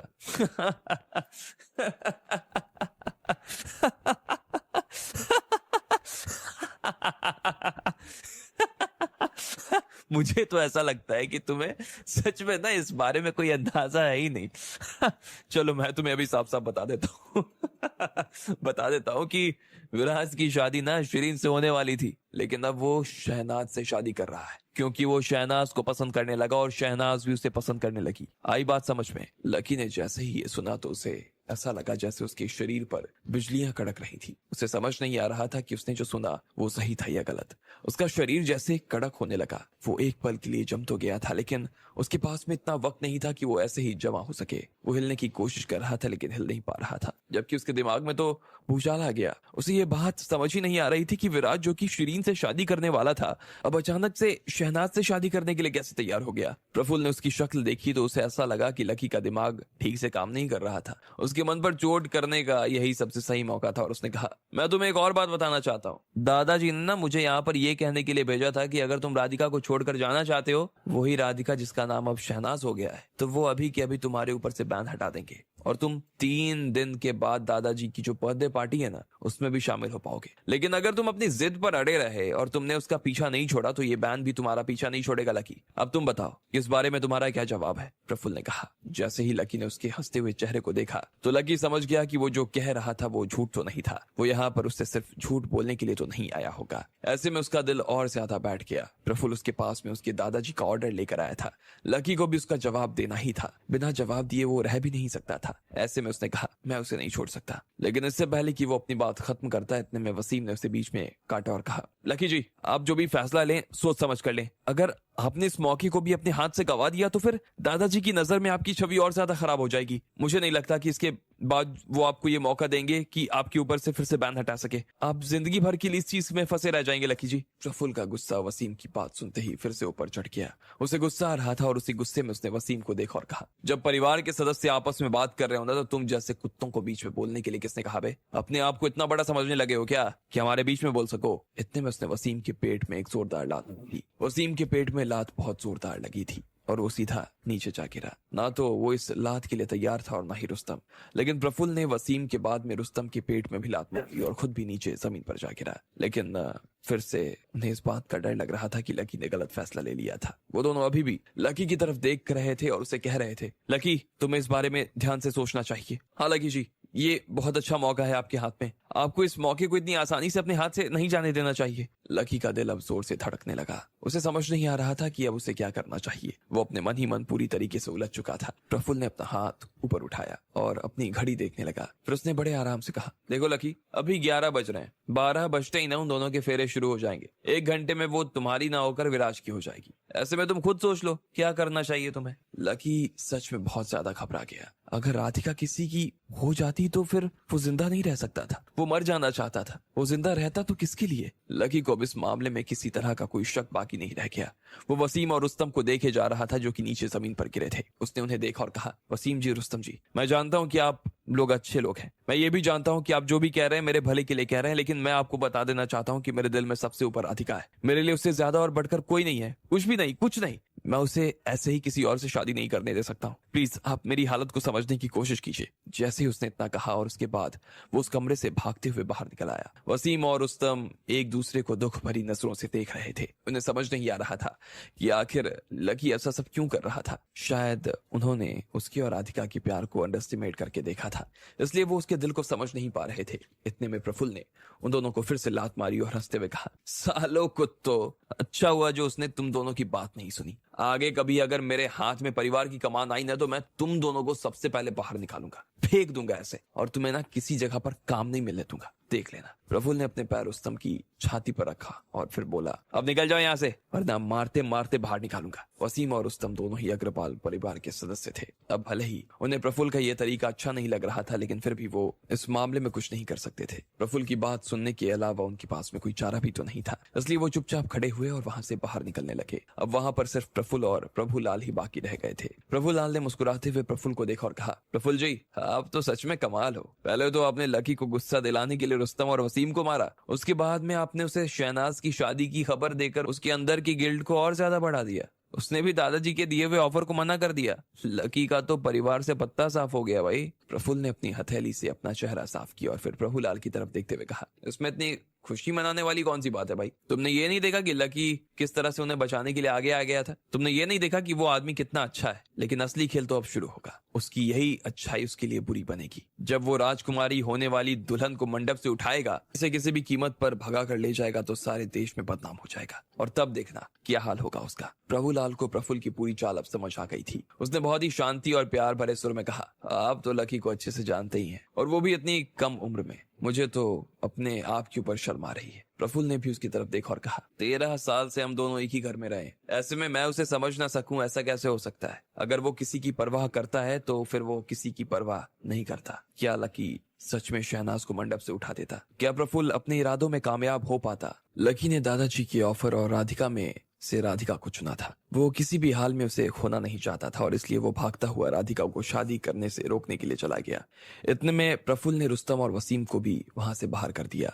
वो प्रभु दयाल के साथ में काफी खुश महसूस कर रहा था। वो लकी को बचपन से जानता था और उसे यह भी मालूम था कि अगर लकी किसी इंसान को पसंद करता था तो वो उस इंसान के लिए किसी भी हद तक जा सकता था। इस मामले में वो कीमत की भी परवाह नहीं करता। प्रभुलाल ने उसे हंसते हुए देखा और कहा, वैसे प्रफुल्ल सर, मेरे पास ना आपके लिए एक बहुत अच्छी खबर है। एक और बात है जो मैं आपसे कहना चाहता हूँ। विराज भाई के घर वालों ने ना अभी 10 नए मार्शल आर्टिस्ट को हायर किया है। वो सब के सब बहुत पावरफुल है। उनमें से एक का नाम ना योगी राज है। वो हिमाचल का साधु था, बहुत बड़ा मार्शल आर्टिस्ट भी। पहले तो वो आश्रम में रहा करता, लेकिन बाद में ना उसे जब आश्रम से निकाल दिया गया तो फिर वो विराज के यहाँ आ गया। मार्शल आर्ट के सर्किट में ना उसका बड़ा नाम है। अब अगर ऐसे में लकी सच में विराज की शादी में जाता है और वहां पर शहनाज को उठाने की कोशिश करता है तो फिर ये 10 के 10 लोग ना उसे छोड़ने वाले तो है नहीं। प्रफुल्ल भी लकी और राधिका के बारे में पिछले 2 दिनों से बहुत सारी जानकारी निकालने में लगा था, लेकिन उसे इस चीज के बारे में कोई अंदाजा नहीं था। उसने इस बारे में कोई जानकारी हासिल नहीं की थी। सच में? जैसे ही प्रफुल्ल ने प्रभुलाल के मुंह से ये सुना तो वो खुश हो गया।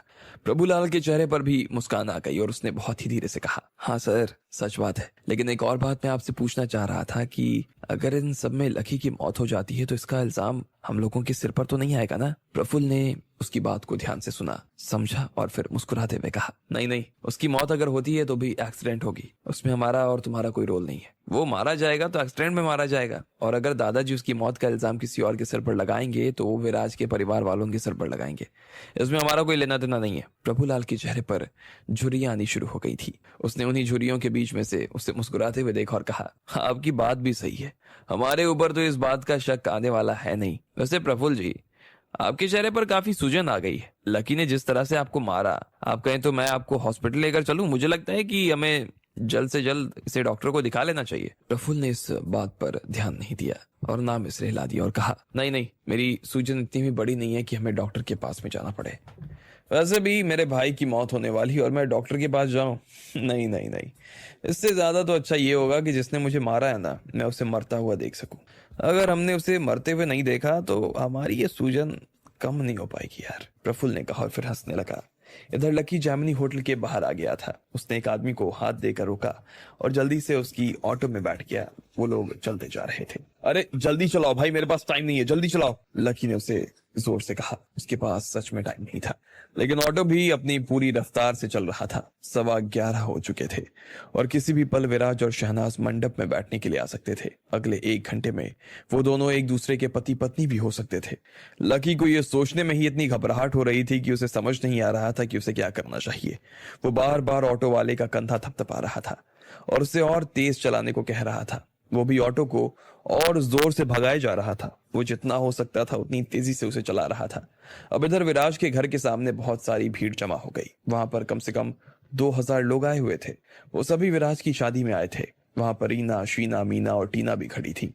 वो सभी इतनी बड़ी शादी देखने के लिए काफी उत्साहित नजर आ रही थी। उन्होंने कभी अपनी जिंदगी में इतनी बड़ी शादी तो नहीं देखी थी। वहां पर किसी तरह की भगदड़ ना हो, इसलिए जयपुर पुलिस ने 30 पुलिस कांस्टेबल को वहां तैनात किया हुआ था। वो सभी लाठी और बंदूक के साथ में उस बंगले के दरवाजे के सामने खड़े हुए थे। उन सबकी अगुवाई सौरभ कर रहा था, जो वहां की पुलिस का लीडर भी था। उन लोगों ने बंगले के दरवाजे के पास में बैरिकेड भी लगाए हुए थे ताकि कोई अंदर आने की कोशिश भी करे तो उसे बीच में ही रोक लिया जाए। पुलिस इस वक्त किसी तरह का रिस्क नहीं ले सकती थी। इधर वहां से थोड़ी दूरी पर कुमारी ने भी अपना ट्रक लगाया हुआ था। उसे लग रहा था कि विराज की शादी अपने आप में किसी मेले से तो कम नहीं थी और सारे लोग भारी मात्रा में उस शादी को देखने के लिए आने वाले थे। ऐसे में उसका वहां पर बहुत ही अच्छा बिक्री हो सकता था और इसलिए उसने ढेर सारे आलू और सब्जियां मंगवा ली थी। वो वहां पर खूब माल बेचना चाह रही थी। अभी तक वो कम से कम 500 सैंडविच तो बेच ही चुकी थी। इतने में विराज की बारात वहां पर आ गई। उसने अपनी गाड़ी को घर के दरवाजे के सामने खड़ा कर दिया। सबसे पहले बाकी गाड़ियों में उसके जितने भी बॉडीगार्ड थे वो सब नीचे उतर आए। वहां पर जयपुर के टॉप 20 घरों के लोग जमा थे। इसके अलावा शादी में जो भी लोग परफॉर्म करने वाले थे और जितने बिजनेस वाले थे, सब लोग वहां पर आए हुए थे। ऐसा लग रहा था कि पूरा जयपुर वहां जमा हो गया। खिलाड़ियों से लेकर फिल्मी सितारों तक सब लोग वहां मौजूद थे। कुछ नेता भी आ गए और वो लोग विराज को बधाई देने लगे। जैसे ही वहां पर जमा लोगों ने इतने बड़े बड़े लोगों को वहां देखा तो सब जोश में आ गए और उन्होंने उनके नाम पुकारने शुरू कर दिए। वो लोग चिल्लाए जा रहे थे। कुछ लड़कियां तो हद से ज्यादा दीवानी हो गई और वो भी चिल्लाई जा रही थी। वो उनके साथ में सेल्फी लेने की कोशिश कर रही थी और कुछ तो उनसे गले भी मिलने की कोशिश कर रही थी। इधर विराज ने काले रंग की शेरवानी पहनी हुई थी। वो अपनी गाड़ी से नीचे उतरा और फिर अपने घर के दरवाजे की तरफ जाने लगा। भीड़ को चीरते हुए वो अपने बंगले में दाखिल हो गया, जहां पर शहनाज उसका इंतजार कर रही थी। वो भी पास में ही अपने घर वालों के साथ में खड़ी थी। दोनों की वरमाला होनी थी और उसके बाद में दोनों फेरे के लिए जाने वाले थे। जैसे ही सारे मेहमान विराज के साथ अंदर चले गए तो बाकी सब लोग शांत हो गए। वहां पर धीरे धीरे शोर होना कम हो गया था। कुमारी के ट्रक पर कुछ देर के लिए भीड़ तो कम हो गई थी, लेकिन जैसे ही वो लोग अंदर गए तो इधर फिर से उसके ट्रक के आसपास लोग जमा होने शुरू हो गए। उसके ट्रक को 10 से ज्यादा लोगों ने घेर लिया था। वो अपने मेहमानों के लिए सैंडविच बनाई जा रही थी। अचानक से उसने एक तेजी से आते हुए ऑटो की आवाज सुनी। वो जोर से हॉर्न बजाया जा रहा था। जैसे ही उसने और बाकी लोगों ने उसकी दिशा में घूमते हुए देखा तो बाया के सामने से एक ऑटो आ रहा था। सब लोग उसे रास्ता देने के लिए पीछे हट गए। जिस तेजी से वो आ रहा था, एक बार के लिए तो वो सब लोग उसे देखकर डर गए और उन्होंने अपने आप से उसे रास्ता देना शुरू कर दिया। पलक झपकते ही भीड़ को चीरते हुए वो आगे निकल गया। साला ये यहाँ क्या कर रहा है? कुमारी ने ऑटो में बैठे हुए लकी को देख लिया। उसे समझ नहीं आ रहा था कि वो इस वक्त विराज के घर पर क्या लेने आया था। कुमारी इससे पहले कि मामले को कुछ और ज्यादा बेहतर तरीके से समझ पाती, उसने अपने ट्रक का दरवाजा खोला और फिर सीधा विराज के घर की दिशा में भागने लगी। अब वहां पर भले ही पुलिस वाले खड़े थे और ऑटो वाले उन्हें देखकर घबरा भी रहे थे, लेकिन लकी ने कहा, 1 लाख रुपए दूंगा, ऑटो रोकने की सोचना मत, चुपचाप चलते जाना। उसने इतना भर कहा और फिर से ऑटो की रफ्तार बढ़ा दी। ऐसे में लोग भी उसे देख रहे थे। अरे ये आदमी कौन है? ऑटो से शादी में आया है? हाँ, और इसको इतनी जल्दी क्या है? दूल्हा तो पहले ही अंदर चला गया। लगता है वरमाला वाला होगा, देखो ना कैसे कपड़े पहने हुए हैं। आसपास के लोगों ने उसके बारे में तरह तरह की बातें करनी शुरू कर दी। लकी का ध्यान सिर्फ सामने की तरफ था। वहां पर पुलिस खड़ी थी। अभी तक वो तितर बितर ही नजर आ रही थी, लेकिन जैसे ही उन्होंने देखा कि एक ऑटो बंगले की दिशा में बढ़े जा रहा था तो वो सब एक साथ उस ऑटो को रोकने के लिए उसके सामने आकर खड़े हो गए। लकी को लग रहा था कि अब उसे अंदर नहीं जाने दिया जाने वाला था। थोड़ी ही देर बाद वो तूफान सा चलने वाला ऑटो रुक गया। लकी नीचे उतरा और सीधा बंगले के अंदर जाने लगा। उसे किसी की कोई परवाह नहीं थी, वो सिर्फ अंदर जाना चाहता था। वो विराज और शहनाज की शादी किसी भी हाल में होते हुए नहीं देख सकता था और इसलिए उसका ध्यान पुलिस के ऊपर बिल्कुल नहीं था। वो सीधा जब दरवाजे की तरफ बढ़ा तो उसे पीछे से आवाज आई, लकी तुम अंदर नहीं जा सकते, आज यहाँ पर विराज और शहनाज की शादी होने वाली है। सौरभ लकी के सामने आकर खड़ा हो गया। अब उस दिन होटल में जो हुआ था और उसके बाद गेस्ट हाउस के बाहर भी जो हुआ, उससे सौरभ को इस बात का अंदाजा हो गया कि लकी के उस रानी से अच्छे संबंध थे और साथ ही राजा से भी उसकी अच्छी बनती थी। इसलिए सौरभ खुद भी उसकी इज्जत करने लगा। अगर लकी की जगह पर कोई और होता तो वो अभी तक अपने आदमियों से बोलकर लकी को अंदर करवा देता। जैसे ही लकी ने शहनाज की शादी की बात सुनी तो वो अपने मन में और ज्यादा घबराया हुआ सा महसूस करने लगा।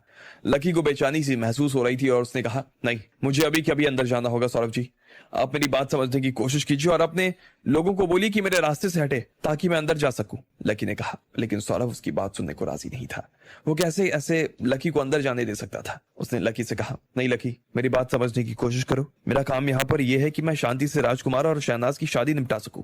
ऐसे में कोई भी बीच में आएगा तो मुझे उसे बाहर करना ही होगा। प्लीज मुझे मजबूर मत करो, चले जाओ यहाँ से। लकी लेकिन उस दरवाजे के और पास जाने की कोशिश में लगा हुआ था। उसकी आंखें सौरभ के ऊपर नहीं बल्कि दरवाजे के ऊपर टिकी थी, जिसके उस पार विराज और शहनाज की शादी होने वाली थी। घड़ी धीरे धीरे 12 की तरफ बढ़ती जा रही थी और लकी की बेचैनी भी उसके ऊपर हावी होती जा रही थी। उसका मन कर रहा था कि वो इन सारे पुलिस वालों को मारकर सीधा अंदर दाखिल हो जाए, लेकिन इससे पहले कि वो ऐसा कुछ कर पाता, पीछे से किसी की आवाज आई, अरे इन्हें राजा जी ने नेशनल अवार्ड दिया था, याद नहीं है आपको? अगर आपने इन्हें रोका तो आप राजा जी के देश में और हमारे देश में फूट पड़वा देंगे। फिर जो 2000 करोड़ रुपए वहां से आने वाले हैं वो हमारे पास में नहीं आएंगे। जैसे ही लकी ने आवाज को सुना तो फिर वो पीछे की तरफ देखने लगा। उसने देखा कि वो कुमारी थी। कुमारी को देखते ही लकी की जान में मानो फिर से जान आ गई। वो धीरे धीरे लकी की दिशा में आगे बढ़ती जा रही थी। अब आगे क्या होने वाला था? क्या सच में लकी अंदर जा पाता, या उससे पहले ही 12 बज जाते? आपको क्या लगता है, क्या होंगे इन सभी सवालों के जवाब? कमेंट बॉक्स में कमेंट करके हमें जरूर बताएं। अगर आपको ये वीडियो पसंद आया हो तो चैनल को सब्सक्राइब करना ना भूलें और वीडियो को लाइक एंड शेयर करें।